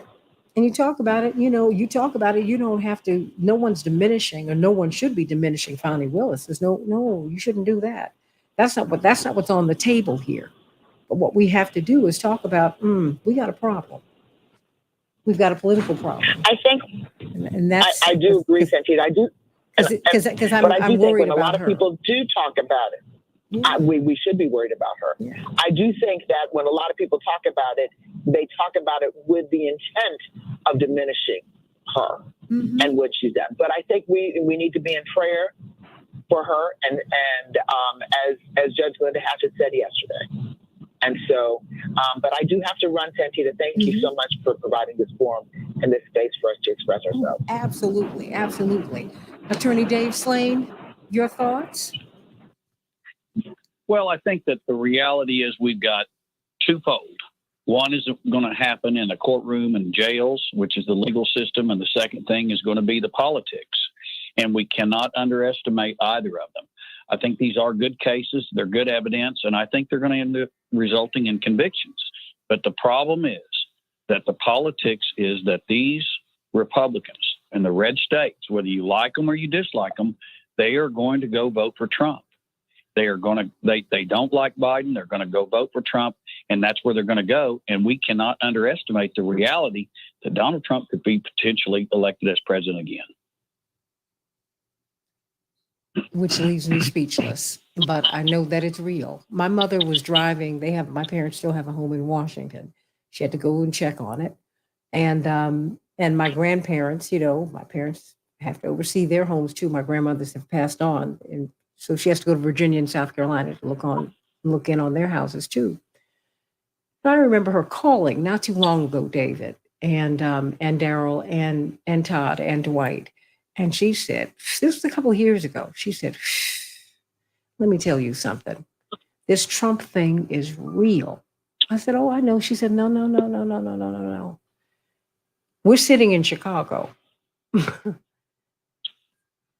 I'm driving from Washington, and Washington is a district in between Maryland, which is south of the Mason-Dixon line, at least Baltimore is, and it goes right into Virginia, which goes right into North Carolina, which goes into South Carolina, which goes into Georgia, which goes.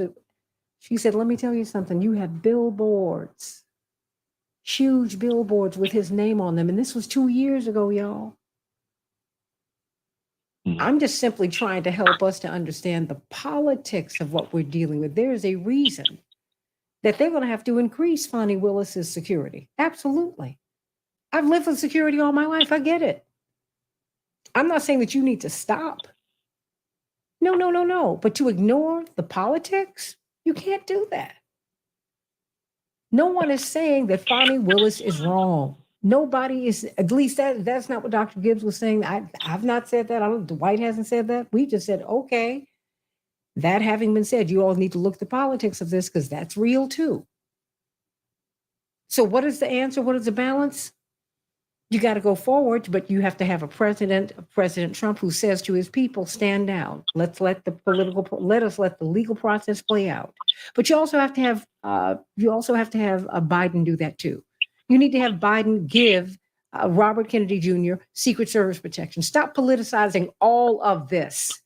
You need to find out why the FBI is still spying on leftists and Black Lives Matter. There's rot in the system, everybody. There's just rot here, and it needs to be addressed today.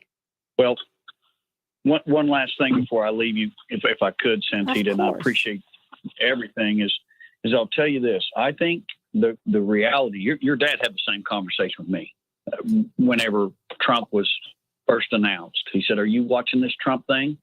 I said, "Don't worry about it, Reverend. He's a nut job. He's just out to get publicity." He says, "No, Dave, this is real." And then 2 years later, he was president.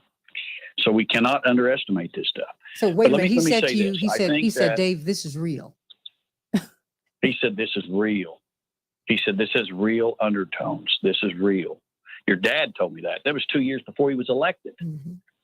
And so your dad had a pulse there that many didn't think could happen. And he said, "It can happen." He told me. And I was dismissive, and I was wrong, and your dad was 100% right. I admit that.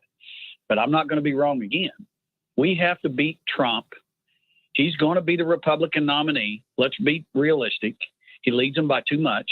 Unless something cracks, and apparently 4 arrests haven't cracked it yet, he's going to be their nominee. We're going to have a repeat, and we're going to have to mobilize, and we're going to have to beat him, because there's a whole class of people out there who are white, older, from red America, who think they are being, ignored.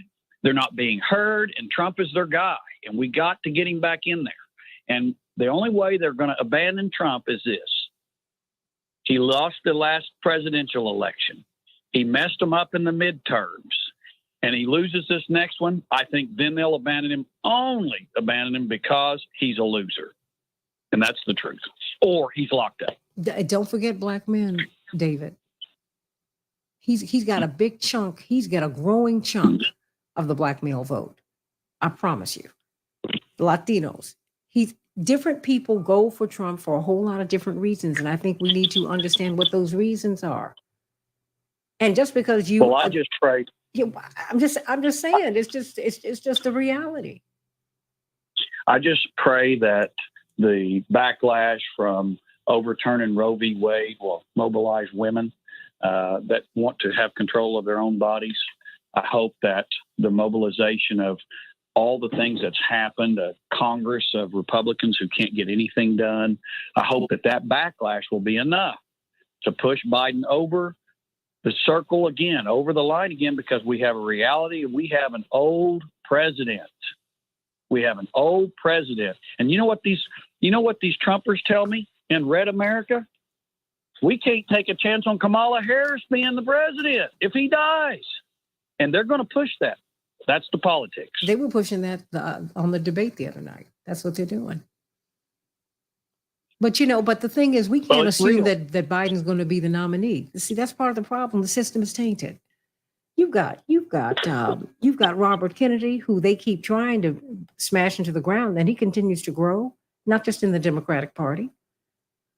I think if we could get to some fairness, David, I'd feel more comfortable. I just see a lot of rot everywhere, and I think it's wrong. I feel nervous, Santita. I just feel nervous, and I know that we're right. I know we're right on the issues. I know that Trump is 100% wrong. I know these cases are righteous. I know it's not politics. I know it's the law, but I'm worried about the reaction of half of America because we're so divided. You're down there with them, and I am really glad that you talk about it, because look, I'm not white, and no one's going to mistake me for it. So I want people to, I want you to come back and tell me, hey, this is what they're saying over here. Yeah, because they're going to have that conversation in front of you.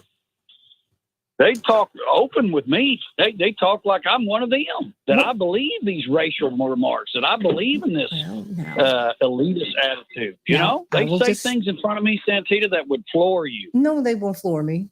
No, they're not. Well, but you know what I mean. No. I'm just, what I'm saying to you is, look, okay, and you are very handsome white man. There is he ain't Mediterranean, y'all. None of that. He is blonde, blue-eyed, okay? So they see him and they see a brother. And I mean, I just think it's important. I think it's important for you to bring this Frank Watkins used to bring back the word to us. Just say, hey, let me tell y'all, this Trump thing is real. You need to understand their thinking. I agree. Oh yeah. So I thank you for that. Okay, Santita, I've got to slip out of here and Make your work money on a today. case. I will talk to you soon. Okay. Sending you so much love. Thank you. Thank you. Is the popcorn man still here? I mean, Reverend Dr. Yuri. I am. What are your closing thoughts? I get the angst. This is not unique. It's just the next phase of an important tension point to navigate and protect the integrity of what we would consider to be a Republican form of government, right? And a representative form of government, not Republican Party, but a republic in terms of the frame. We are here because of two things. One, the ability of the now former president to be able to galvanize a disaffected and otherwise silent group and create a base that has taken over the reins of what has been conventional Republican politics. That's the reality of it. It's interesting to me that the institutional Republican Party continues to remain silent because while we make this a Democrat-Republican fight, it really isn't that clean. There is a part of the Republican Party that is hoping that they could just get rid of Donald Trump and return to some sense of normalcy as they see it, some conventional way of dealing with these politics. And so there are interests at stake. There are interests on all sides of this.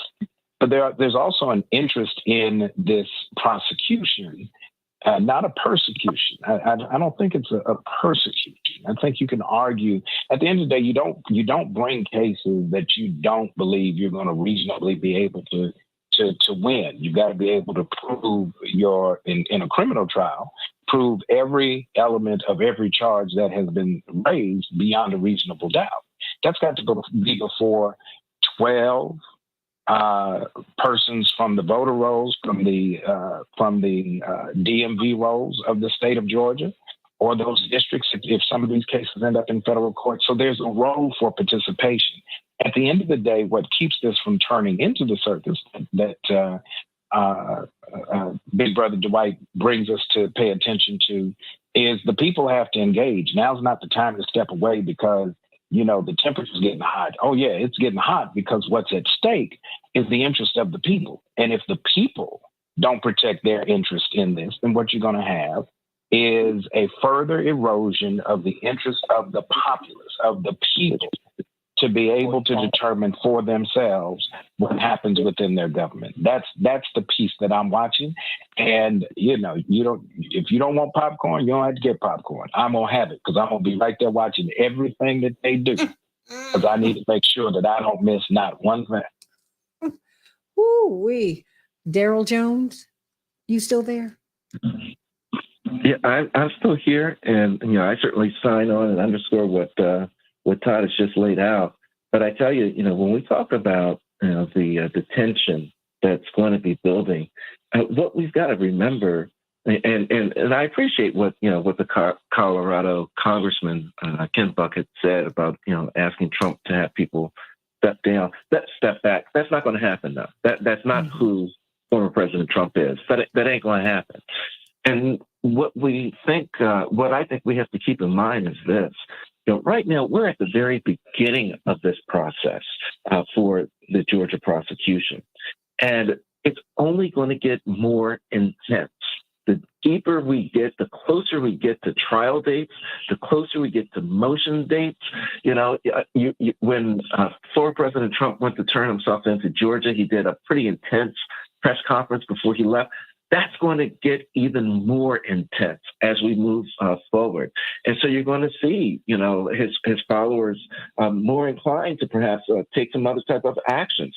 I would anticipate Fannie Willis is going to have the best protection around, and I personally believe that she's going to need it, particularly in Georgia, because I just suspect that this trial, as we get closer to the trial date, the witnesses, anyone that's testifying for the state, they're going to need that type of protection because it's going to be that intense as to what's happening.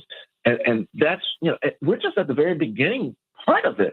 I mean, as it moves in, I just suspect that it's going to be much more intense on what we're experiencing as a nation. So in terms of the Raisinets and the popcorn, you got to pay attention. You got to be right there with it, watching it every step of the way. Not because you're making light of it, but because you need to be aware of what's going on so that you know what steps will need to be taken. And that's how, as I see it, Santita. Dwight McKee, your closing thoughts?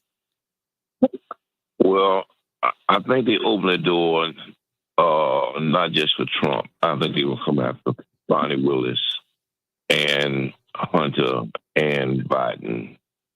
I think this is, that part of the story is going to be Trump. But he's going to be part of the story. There's going to be another part of this story that's going to involve these other guys as they come to decapitate them.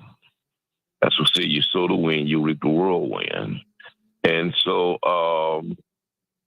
it's going to be very, very, very interesting to see, who's the last man standing in all of this. Well, what's the recommendation? I mean, what's the answer? I mean, you can't let crimes go you can't let someone commit a crime, try to steal these votes, or try. I mean, you can't let this go unanswered, Dwight.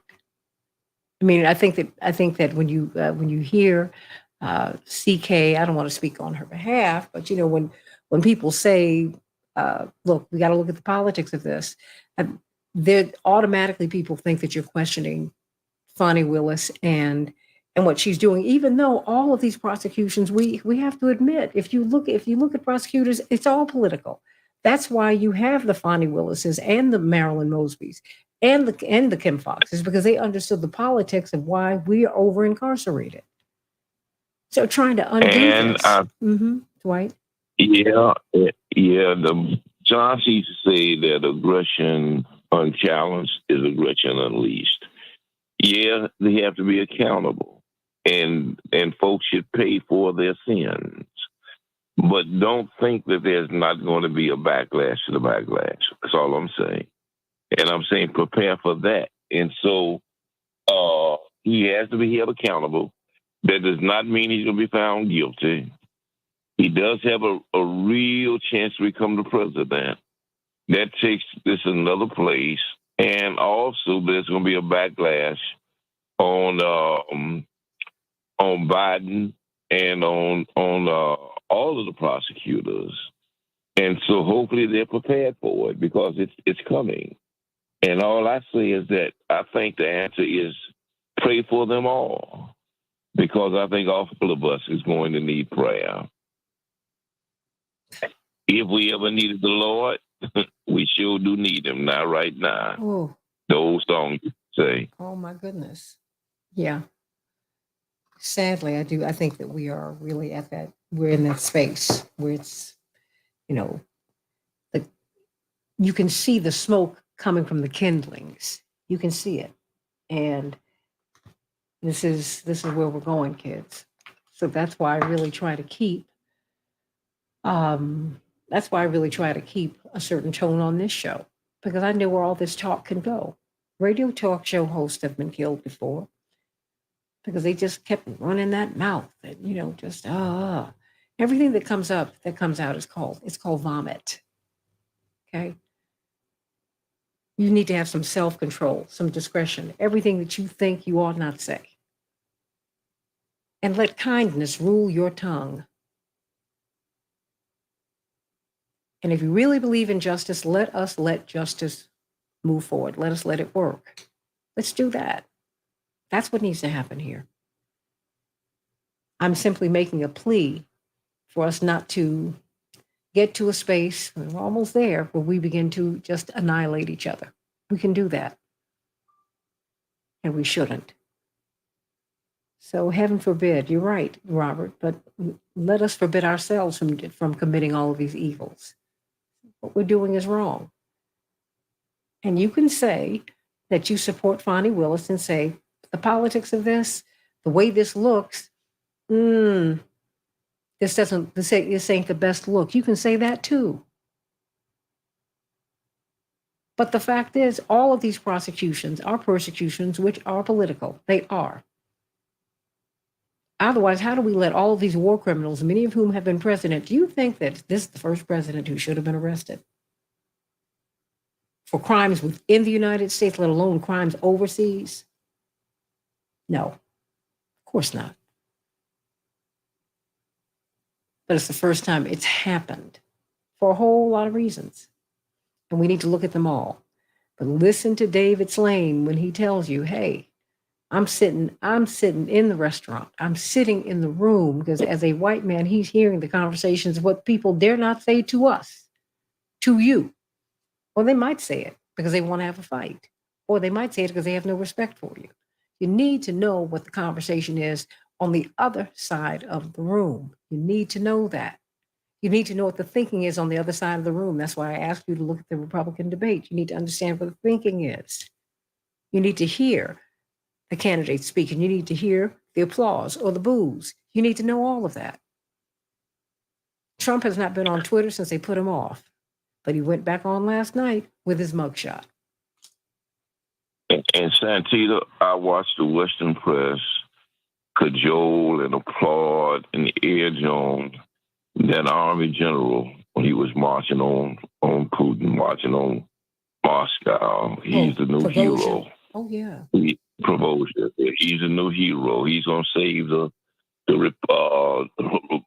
Ukraine. He's going to overthrow Putin. Everybody was excited about his little march. As yesterday, they watched him plummet out of the sky. I mean, there's a consequence for everybody's behavior. Now, I'm not trying to invoke fear. All I'm simply saying is that for every action, there's a reaction. And we have to equally action as we do for the action. That's all I'm saying. Because it's coming. Janae said many blacks are not favorable of Fonnie Willis. I wasn't aware of that, Janae. I really wasn't. And Chaparral says Putin said boom. Huh. You know, we don't know who did what because there were a whole lot of different interests that want the Wagner group out of the loop. Not just Putin. You don't know what Putin did because we're not hearing his side. We're speculating about him. Africans are not too happy today because the Wagner group was helping them to fight against the Western powers. There's a lot going on here. Y'all need to start thinking. We don't know who did what. It's above my pay grade. But start thinking. Start thinking. And pray for everybody. Let thy will be done, not mine. Thy will be done on earth as it is in heaven. Heaven is already perfect. And earth could be perfect if we change our minds. Think about that. We are a thought away from having the world look like heaven. Just a thought. Think about it, everybody. I love you, Dwight, Daryl, and Todd. Dr. Gibbs, thank you. CK, thank you. Dave Slane, thank you. Dr. Shanita Knighton, thank you. And Henry, thank you for a wonderful show. Everybody, Morning Stars, I love you. Hope that I will see you at Rainbow Push tomorrow at 10 o'clock. I'm working so that I can get there tomorrow. And of course, Keep Hope Alive with Reverend Jesse Jackson at 7 o'clock on Sunday morning. Sending you so much love today. God bless you, everybody. Have a great one.